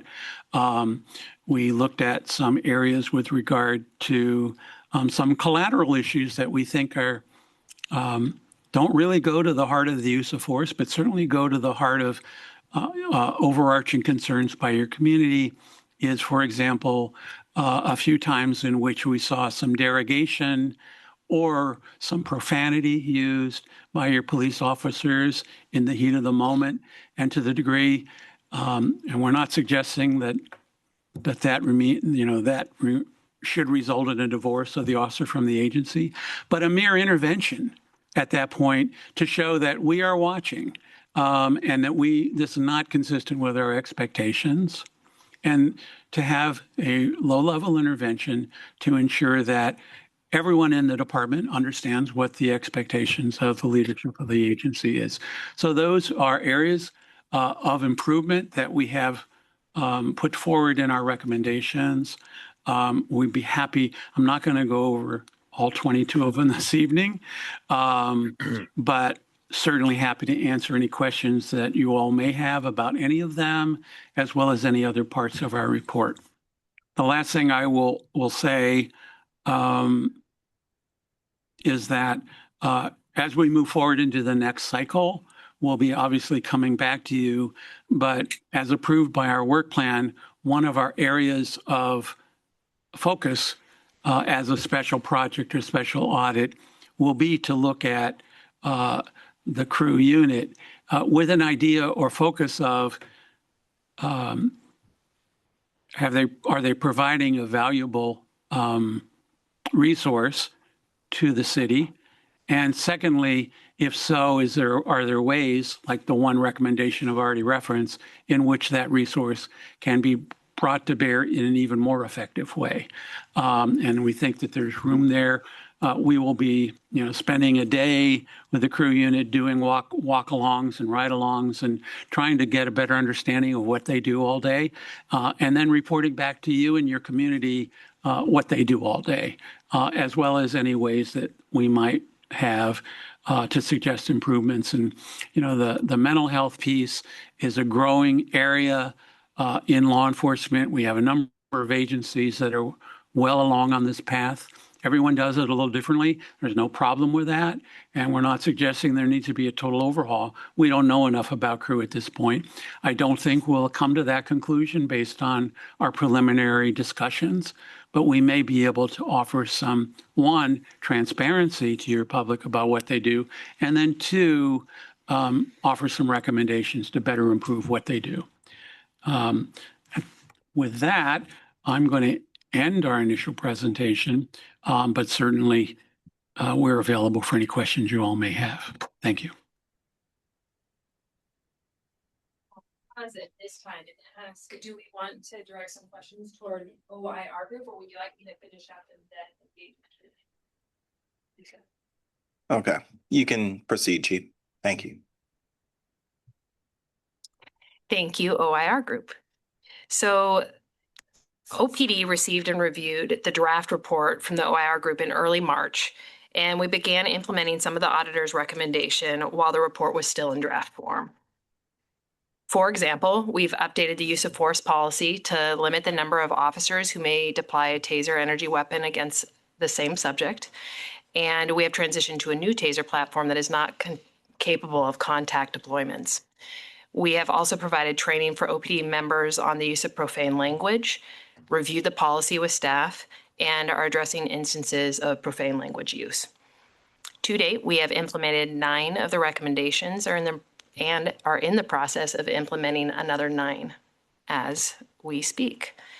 We have organized the report's recommendations into 3 phases. The first includes recommendations that have already been addressed and will be completed within the first 2 quarters of this year. The remaining recommendations are scheduled for implementation during the 3rd and 4th quarters of 2026. As we prioritize the work ahead, we are considering both the seriousness of the recommendations as well as the complexities of implementing them. Some policy changes can be made relatively quickly, and others require coordination with labor groups, more detailed policy development, and formal staff training. In some cases, adjustments can be addressed through shift briefings, trainings, while others may require more comprehensive training efforts. I want to thank the OIR group for the time and care that they put in the review of the 2025 records, and I appreciate their partnership and look forward to continuing to work together as we strengthen our policies and our practices and accountability. Thank you. All right. Thank you all very much for the presentation and for a great report with some good feedback for us. So thank you. I'm going to turn it over to our Chair of Community Livability and Public Safety, Councilmember Madrone, for some comments from the committee. Yeah, and just wanted to share with you how I've touched this process. As we all know, the police auditor is one of 3 positions hired by the city council. And we determined a couple of years ago that we wanted to have a member of the city council liaise with our police auditor, because it doesn't make sense for us to hire somebody who's providing oversight over an area of government and then just step back and just get reports. We want to have touch points and have our own oversight to make sure that we're getting what we need out of this. And so we decided that would be the chair of community livability and public safety clips, and that torch got passed to me this year. So thank you. Thank you. And so I had an opportunity to meet with Stephen, Michael, and Sam prior to the report being submitted to our community policing board, and got a chance to review it in advance for anything that I might think we as a council might want to dig in on more, or anything that maybe we've been hearing about in the community, anything that might be missing from it. And so that was my first time meeting with them. And then I also attended the community policing board meeting where they and Chief Parker presented to our advisory body there, and they really dug in. Our community policing board, we have phenomenal people that are serving us in that role, and they did their homework. They came in prepared. They asked a lot of very good questions, and they are there to do the work. OIR group is here to do the work. Chief and the police department are here to do the work. So, and Margot, here to do the work too. I want to thank Margot because she has helped. She pulled me in right away. She made sure that I have had everything that I need as the chair of this committee to be the liaison to OIR. She's doing really, really great support for the community policing board. And I thank the chief too, because she was also at that meeting, because not all the questions that came up were for our police auditor. Some of them were for our police chief as well. And as I've been talking with OIR group, they said, we've got 22 recommendations, but it's just because we've got fresh eyes on this, and the next time we come in, it'll be a lower number, and then it'll be a lower number. And that's the process improvement that we are looking for as a council, going beyond the, check the box, okay, we did the investigations appropriately, to, but what more could we be doing? How could we be doing better? And we're the beneficiaries of their extensive experience in this, and also their experience working with cities and police departments from all over the place. So they are bringing a much broader perspective than we have in Olympia. So I just want to extend my thanks to OIR Group, Chief Parker, Margot over there, and just really, really pleased to see the level of effort and the critical thinking and the just the real good work that has gone into this first report.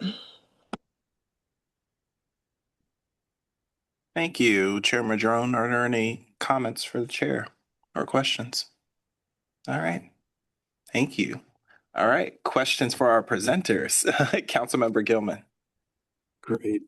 First, thank you so very much. I'm really proud of the results of your audit. And I look forward, one of the things I've been interested in is you're going to do a little looking at crew. And of course, I'm sure like many organizations that have an alternative response, the question of when is it safe for them to go in, when might they lead a conversation? I hope that we continue to refine that. I think it's a really valuable tool, but I also hear the concern about there's a reason people are carrying defensive tools. So I'm intrigued that you're going to follow that up. The use the taser, I just didn't understand.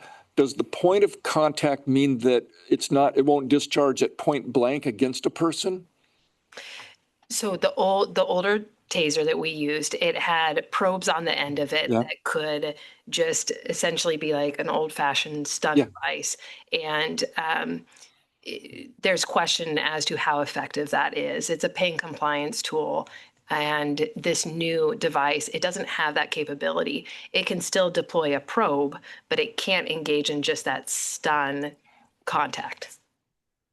Thank you. Now I understand that you can't use it in this way to knock it off. Yeah, I appreciate that. So, and then the third question I have, I've continued to have a wondering about the wrap. I was surprised at the total number of times that the wrap was deployed in this past year.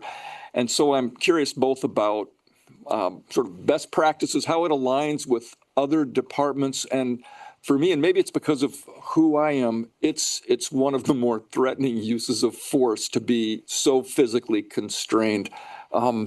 So I just wonder whether we're moving in one direction or another around the wrap deployments, and whether our use is sort of within the range of what you're seeing in other departments.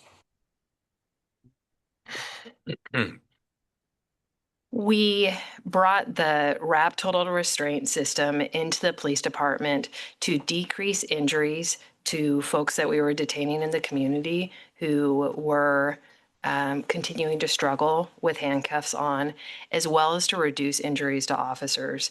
And so what we've seen since using this tool is a significant reduction of injuries to subjects as well as officers, because folks don't have the ability to strike and hit and bite to the extent. Also, a piece of the wrap total restraint system is a padded helmet. We used to see a lot of head injuries with people in the back of patrol cars because they would bang their head on the partitions, and they're metal partitions. And so we would end up with some not so lovely injuries to our public. And so we're seeing that reduction, which I think is very positive. I understand your concern in that when we do wrap somebody, we limit their mobility. And if somebody is in crisis, I do appreciate what you're saying, and that is not lovely. However, it does reduce the injury, and I see that as a big advantage. We do not consider the utilization of the wrap a use of force by itself.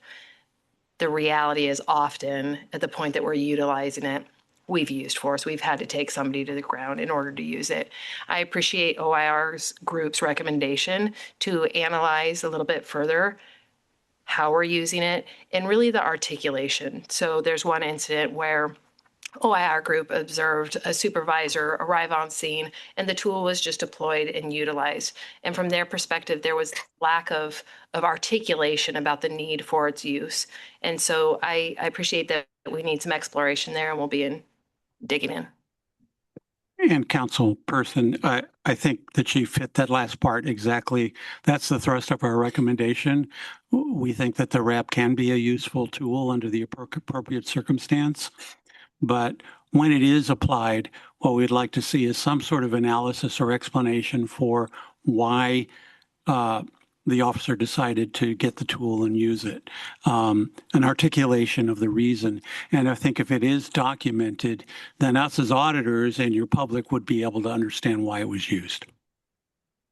That's great. And I'm glad that from both sides we have careful consideration, because I just consider that one of the more intimidating tools that we have, even though I recognize that it's better than somebody fighting with a police officer and ending up with a head injury on the way to the station. I recognize that. The last thing I wanted to say is we've been hearing more community complaints that haven't come to a complaint to the police department about either about more assertively moving people along who are unhoused. And I welcome anybody in the community who could help substantiate those concerns or those complaints. But my experience with both officers and the crisis response unit downtown has not, I haven't seen anything like that in several years. So that's just, I'm hearing that. I'm open to learning more about those kinds of incidents happening, but both from this report and from my own experience downtown, I'm just not seeing officers roughing up people on the sidewalk to get them to move. So thank you for the time. Thank you. Councilmember Green. Yeah, thank you, Mayor. Councilmember Gilman, you actually segued quite nicely into one of my questions, which was, so Stephen, you used the phrase that during the period that this report looked at, there wasn't any completed complaints. Can you walk me through what that complaint process is? I haven't. So when a complaint is received by the department, it has an obligation to go ahead and investigate that. And sometimes that can take several months to be completed, depending on the complexity of the complaint, whether the officer needs to be interviewed, which might implicate association issues and everything else. And the other reality is that I think the reality on the ground is the department receives very few complaints that are categorized as opposed to a service complaint. It took too long for the officers to respond, or I'm generally frustrated about the situation in the jungle, or whatever the case might be. So with regard to specific complaints of specific officer misconduct in a particular context, there just aren't that many that the department has generated in our experience so far. That is a little different. We had some complaints that came in at the end of 2025 that we were notified about and have been completed. And I think we're up to 4 or 5 different completed investigations that we have some thoughts about, and we look forward to sharing them in an upcoming report. Steve, if you could explain what completed means. Oh, so that just means that the department has finished its investigation. The investigator has done his or her job in terms of assessing the evidence, collecting the evidence, assessing the evidence, and then it's up to the department to adjudicate the complaint and determine whether a violation of policy occurs, whether the allegations are substantiated or not. And then in terms of what happens next, if it is a sustained allegation, the officers have certain appellate rights, if you will. So finalizing that, depending on, it could be a very, very simple, straightforward thing that the body-worn camera is definitive and it can be wrapped up relatively quickly. But there are also easily conceivable scenarios where the investigation might be more complex, and getting through all the stages of the process might take a while.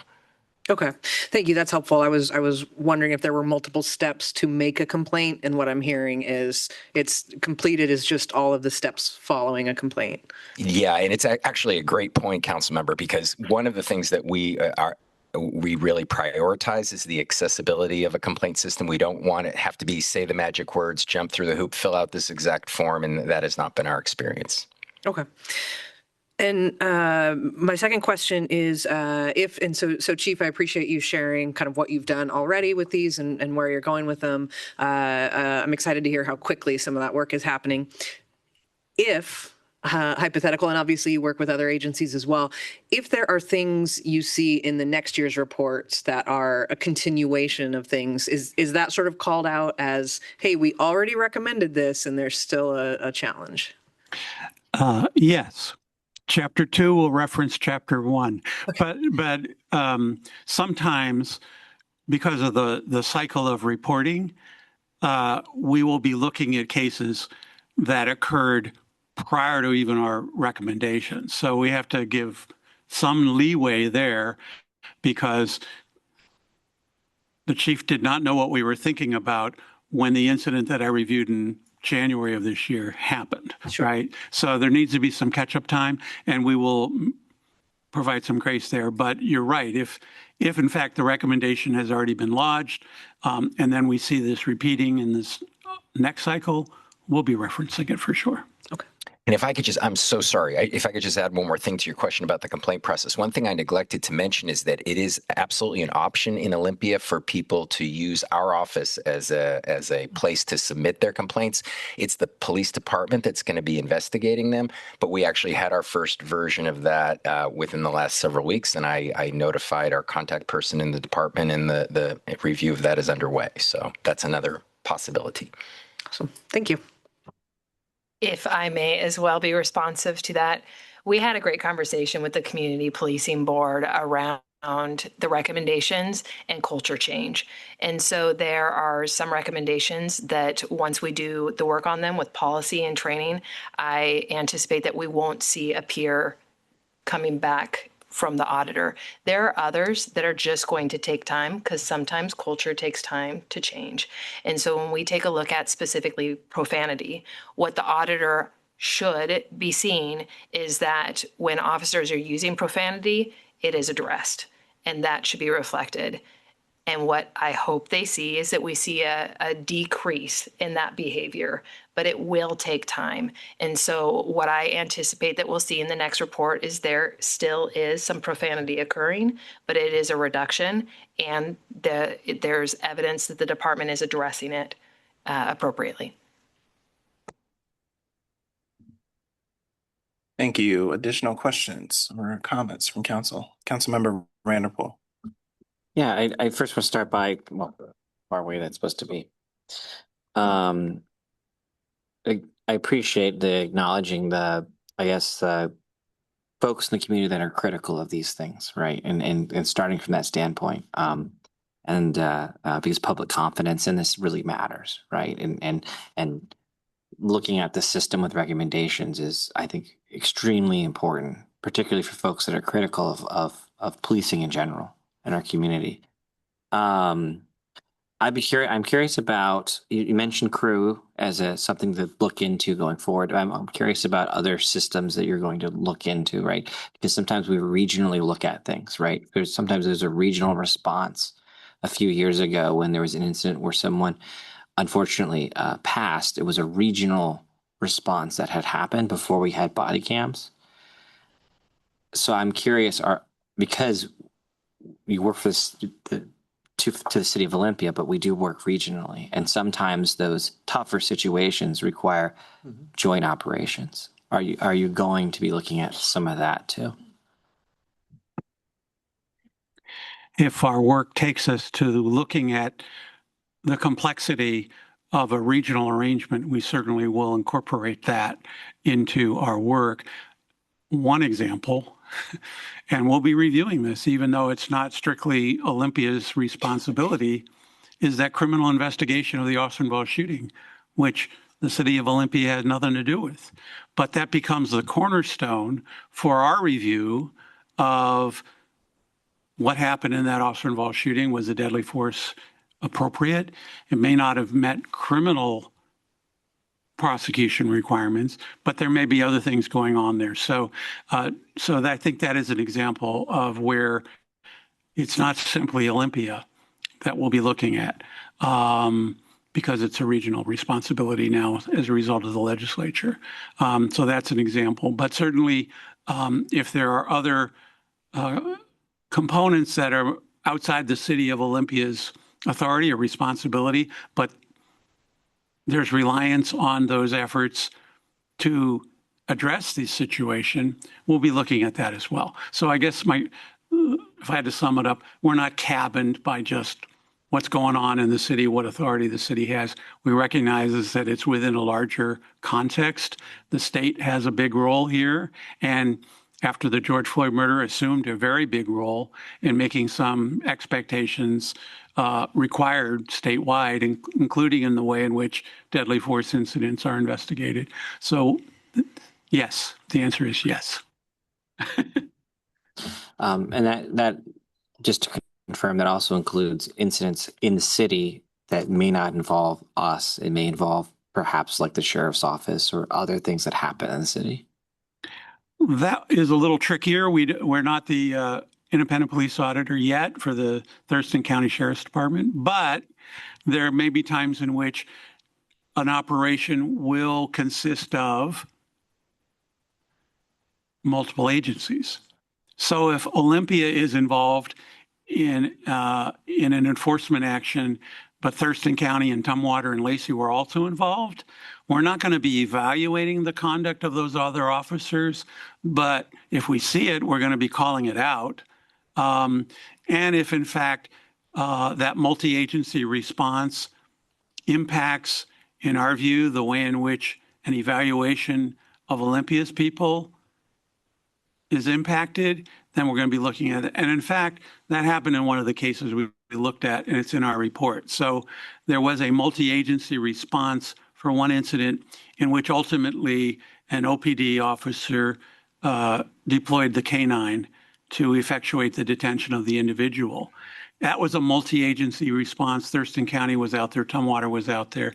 And one of the recommendations was that while the body-worn camera of the OPD officer was collected as part of the investigation, there was no apparent effort to ask Thurston County whether any of its deputies captured the event on their body-worn cameras, which we thought was important and helpful.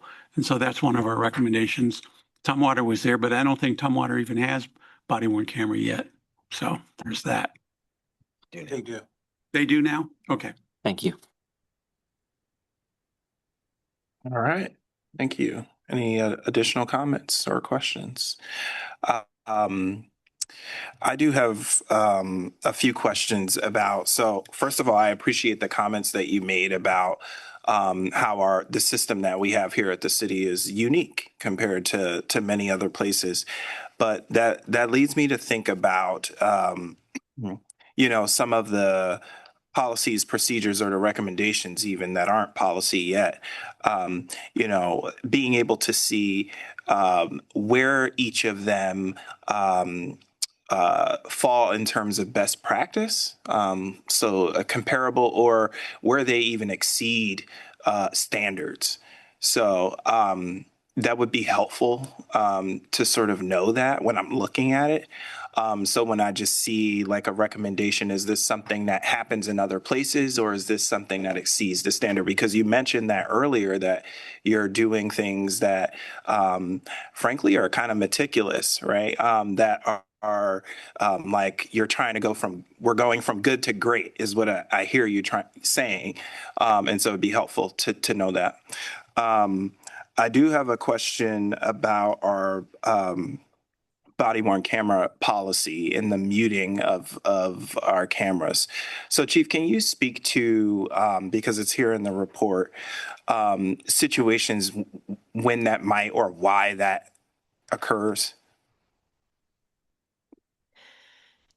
There's a number of reasons why an officer would mute their body-worn camera. One is that they are interviewing a reporting party in a crime who doesn't want to be recorded.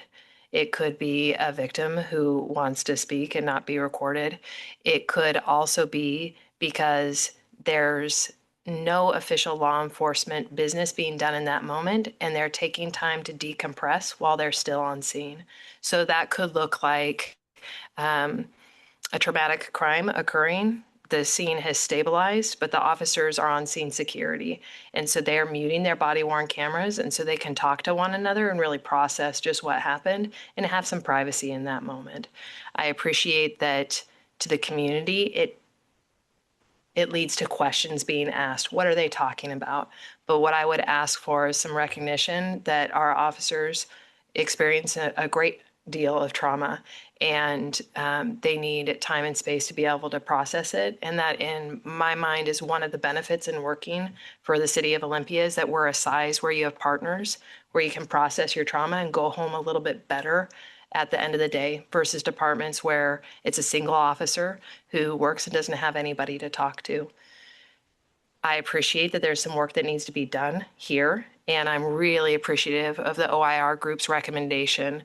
We have had recommendations in the past, and they haven't been as targeted, as narrow, and I really just appreciate the recommendation. We're already moving forward on it, and what the policy change will look like is that there will be no muting after a use of force occurs until the officer is concluded on scene with that event.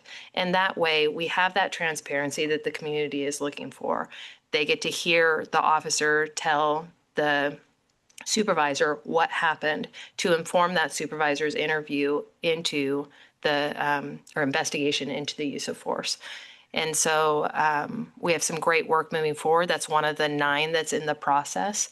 And we're taking it a few steps further, and really building some scaffolding around what those investigations, those use of force investigations look like, and making sure that there are scripted questions that we can ask the officers, as well as we can ask the folks who force has been used upon. And so certainly the officers have a little bit more awareness of what they're going to be asked. And of course, there'll be an open-ended question at the end, which is there anything else you'd like to tell us about this incident? Thank you. That's helpful. So we have a recommendation from OIR to essentially prevent muting of cameras. I believe it's specifically to use of force incidents. Only for use of force. Okay. Am I correct in understanding that, OIR group? Yes. Thank you. Understood. Okay. That's helpful.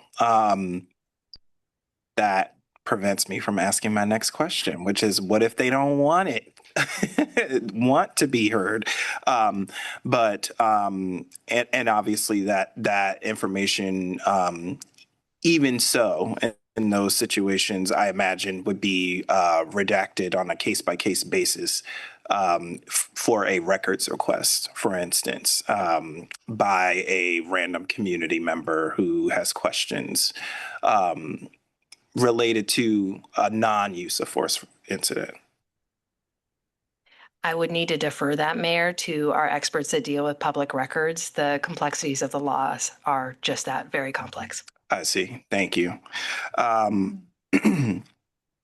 So I go back to the question of whether or not our policies are best practice or standard or should exceed.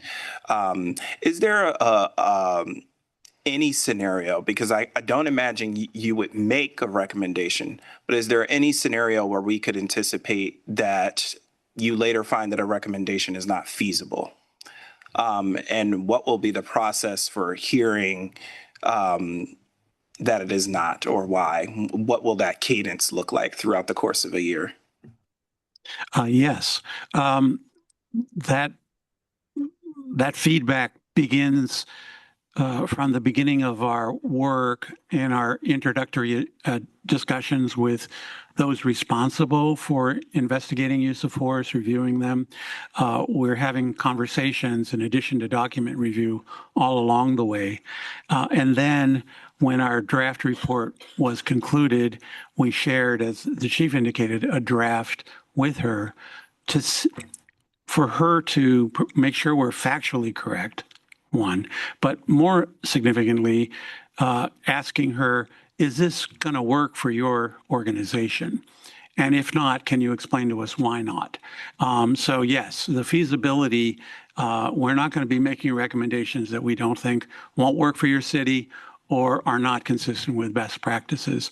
Unfortunately, Mayor, I have yet to write the book that you could check out at the library on best practices, but at some point I'll get to it. And then I'll send you one of the first copies.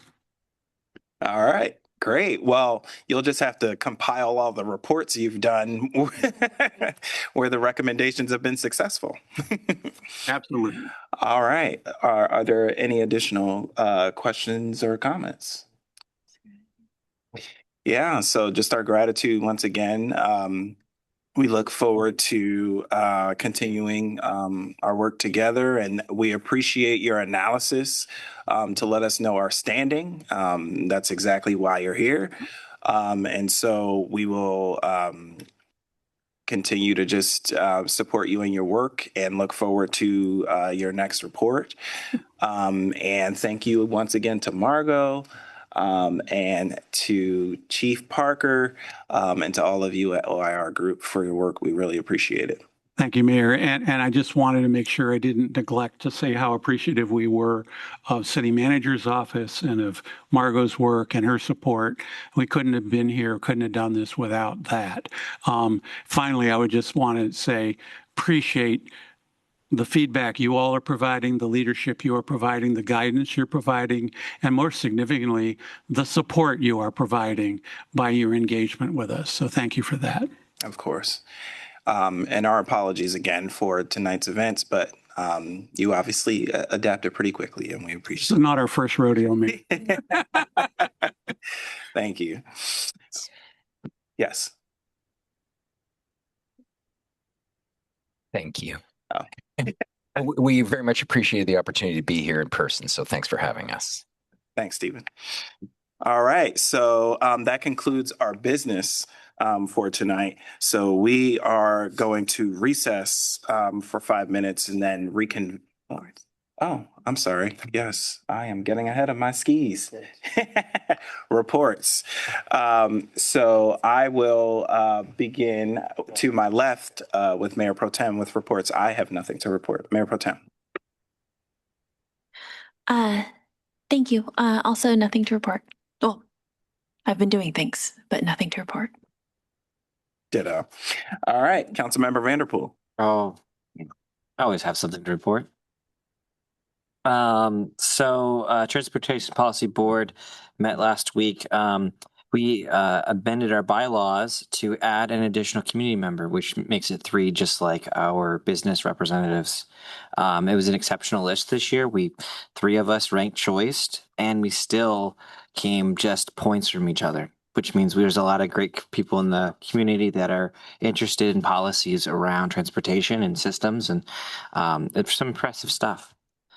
We also got a presentation on performance measures for Target Zero. Target Zero is measuring no, how do I say this, crashes in the community where there are deaths involved. And they asked us what is missing, what are elected officials hearing. I spoke about, from the regional standpoint, what can we do now to meet some of those needs with what we have? Whether that's traffic calming, small scale infrastructure, also barriers, what state codes are stopping us and making our processes expensive around meeting these needs. This is an ongoing process. We'll continue to have more feedback around this because we're not meeting our goals around Target Zero. Every year the trend is still going along. It's been slowly moving up each year, and we're nowhere near where we need to be. Also, let's see. And then the Climate Collaborative met yesterday. Commissioner Klaus was elected chair. Vice chair was Ryan Sue from Lacey. And I pushed Ryan to get in that position. He's like, well, I don't really know much about the position, but I said, well, you got it.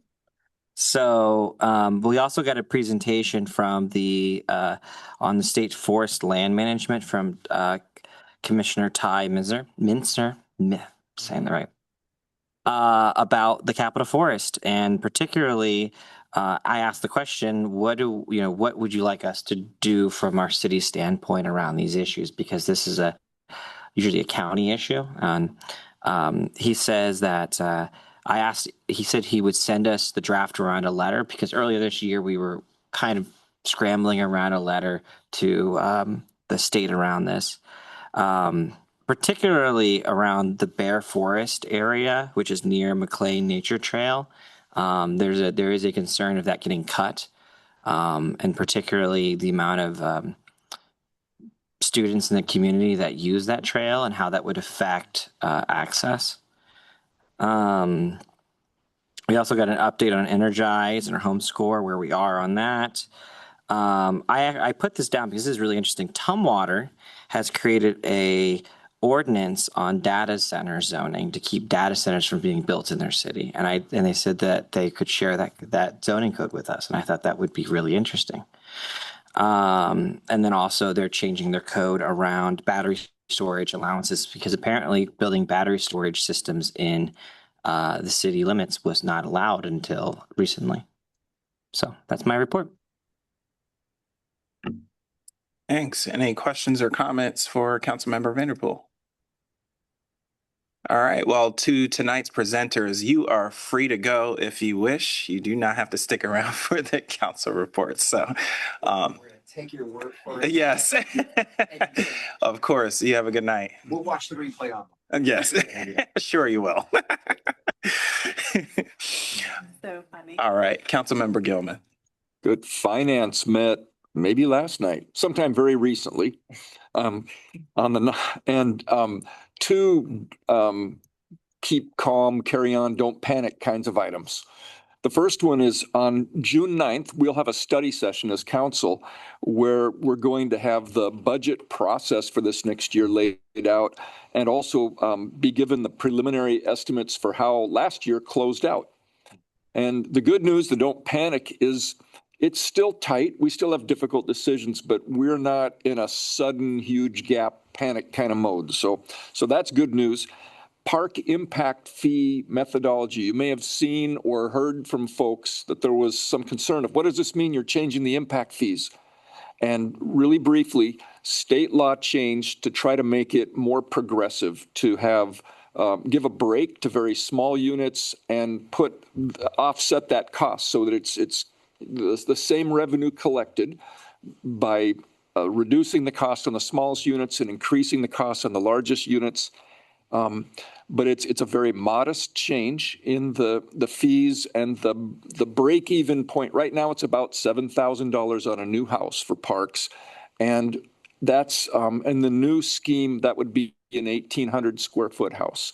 So it's just a subtle shift. So I think we're okay there. It's going to come. We're going to have other business presentation when that comes to you. I had another refugee resettlement meeting. And two things that were interesting to me. One is the only quota for new refugees coming in is for South Africans fleeing anti-white racism. And that's the only category that has a quota. The president is the one who issues the quota each year. And there are very few actually coming in, but we do have a handful of South Africans who've come to Washington State. And then on the other side, volunteer organizations are continuing to find ways to fund and support people who have already recently arrived in the United States. And the Washington State has been really stretching to offer healthcare access that's being cut off from the way it was provided as a federal benefit. So it was just, the community that comes together for those quarterly forums is really stretching and flexing and very resilient about continuing to provide services. I'm very glad for that. Board of Health met last week, and unpermitted food vendors were the topic. And really what that means is pop-up tamale or taco, sort of a 10 by 10 canopy that's on the side of the road. They are being run like farm workers or construction workers by labor brokers dropping people off in different cities with their pile of stuff. The health concerns are that the food is often prepared somewhere else, like Seattle or Portland, and then distributed all over. So it's been many hours in an ice chest before it's served to you.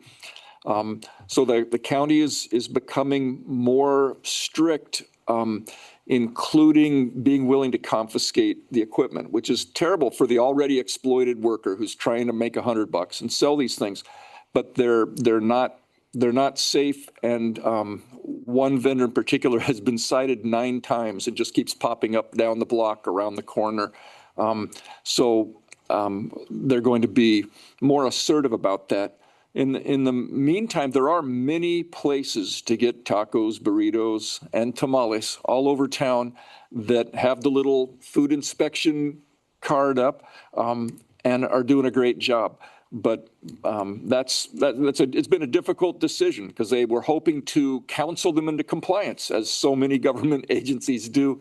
But we've reached a point where the workers are clearly exploited and the food is really not safe. So anyhow, that's my report. Questions and comments for Councilmember Gilman, Mayor Pro Tem Nguyen. Wow, there's so much to unpack here. Just on the last one with food, Councilmember Gilman, I appreciate what you're saying, and I know that it is to be true some of the time. I'm curious, and maybe it's the last part of your comment that sort of like the tell or the marker for it when you're talking about like a certificate, but is there a place that the county, as they're investigating and doing outreach, that they can, that basically that community members can see to, okay, I'm struggling to say this because I'm trying to say it in a nice way. I don't want to lump, and I don't think that you're trying to do this. Although I get my hackles up a little bit because, people just want to make money and there's nothing wrong with that. And now I'm not talking about exploited labor, but, I got an auntie, I'm not going to tell you where, Not after this conversation. You know, she sells humbaos outside of the trunk of her car, and they're delicious. You know, and people, she got regulars, and she's not hurting anybody. Maybe not. Maybe the health inspector would disagree. Though, so I just don't. I just want to be really careful about lumping people in. So, is there some sort of like resource or somewhere that concerned community members can look? Yes, there's good news for your auntie and other people.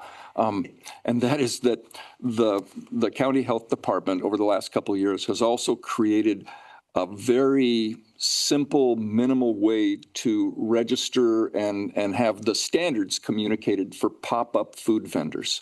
So there's a really low bar set for being a pop-up food vendor and having a registration with the Department of Health and food handler card, and so there's not a ready database just because of the challenge of it's like the people who sell flowers near to Mother's Day on the street corner. They're not going to be there in 6 hours, so there's no address, there's no business name, but you can ask if they have in Thurston County at least there's some minimum expectation if they have a pop-up food vendor license and a food handler card, and that's a pretty low bar. Thanks, I appreciate that. So I think you know this, but I so appreciate your work attending those meetings for years now and getting this information out to us. And I just, it's something about this topic that people, when it comes to food or how you're going to spend your money, you can vote with your dollars. And I feel like there's already so much. I read it online all the time, but and hear it sometimes in the community, but some of these folks that have these businesses, people are already turning their nose down towards them. And it's like, if you don't want to eat there, go eat somewhere else, but believe that I'm going to be there with my cash ready, so it's like, yeah, anyways, so I appreciate you. Thanks for answering my questions. All right. Councilmember Barrett. No report. Thank you. Councilmember Green. Thank you, Mayor Payne. I have no report. All right. Assistant City Manager Sullivan. Thank you, Mayor. Tonight is my last city council meeting. And since I have the microphone and the privilege of being the last speaker, please indulge me for just a moment. I simply want, excuse me, I simply want to say thank you. It has been an honor to have a front row seat and watch all of you lead this city with such care, listening deeply, thinking creatively, and acting with courage. This work is complex and it isn't easy, but you all do it with compassion, grace, and with a sincere commitment to making Olympia a very special place. You have taught me so much and you have inspired me. And that is a gift that I will cherish forever. Thank you.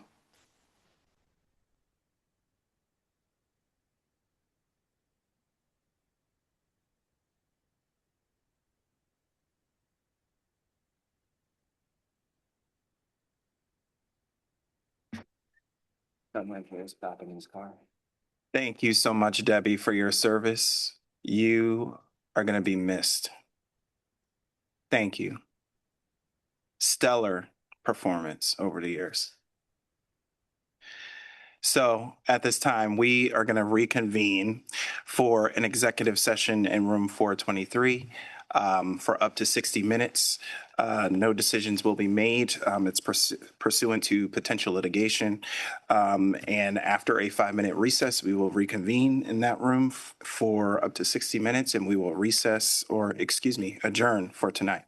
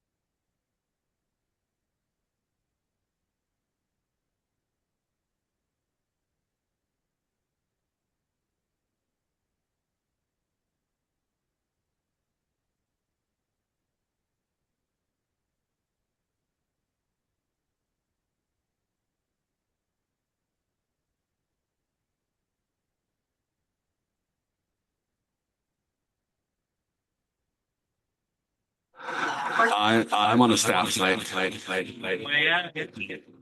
Oh yeah. I can hear it down there. And the echo's gone, right? Weird. Okay. Abort. I'm just saying this so I don't lose track of it. Yes. I want to order rope to have in chambers. Okay. This is probably facilities thing, because I'm saying it Yes. so we don't forget to cordon off the front area so that community members don't walk up to the staff desk or the dais or the podium like Dave Webb did. Do you want me to schedule a meeting with? I feel like they're going to need some answers about what we want. Just schedule like just a 15-minute and make them walk through the chamber. Yeah, sure. Thank you. Okay. Thanks. Thanks, John. Thank you. Good night.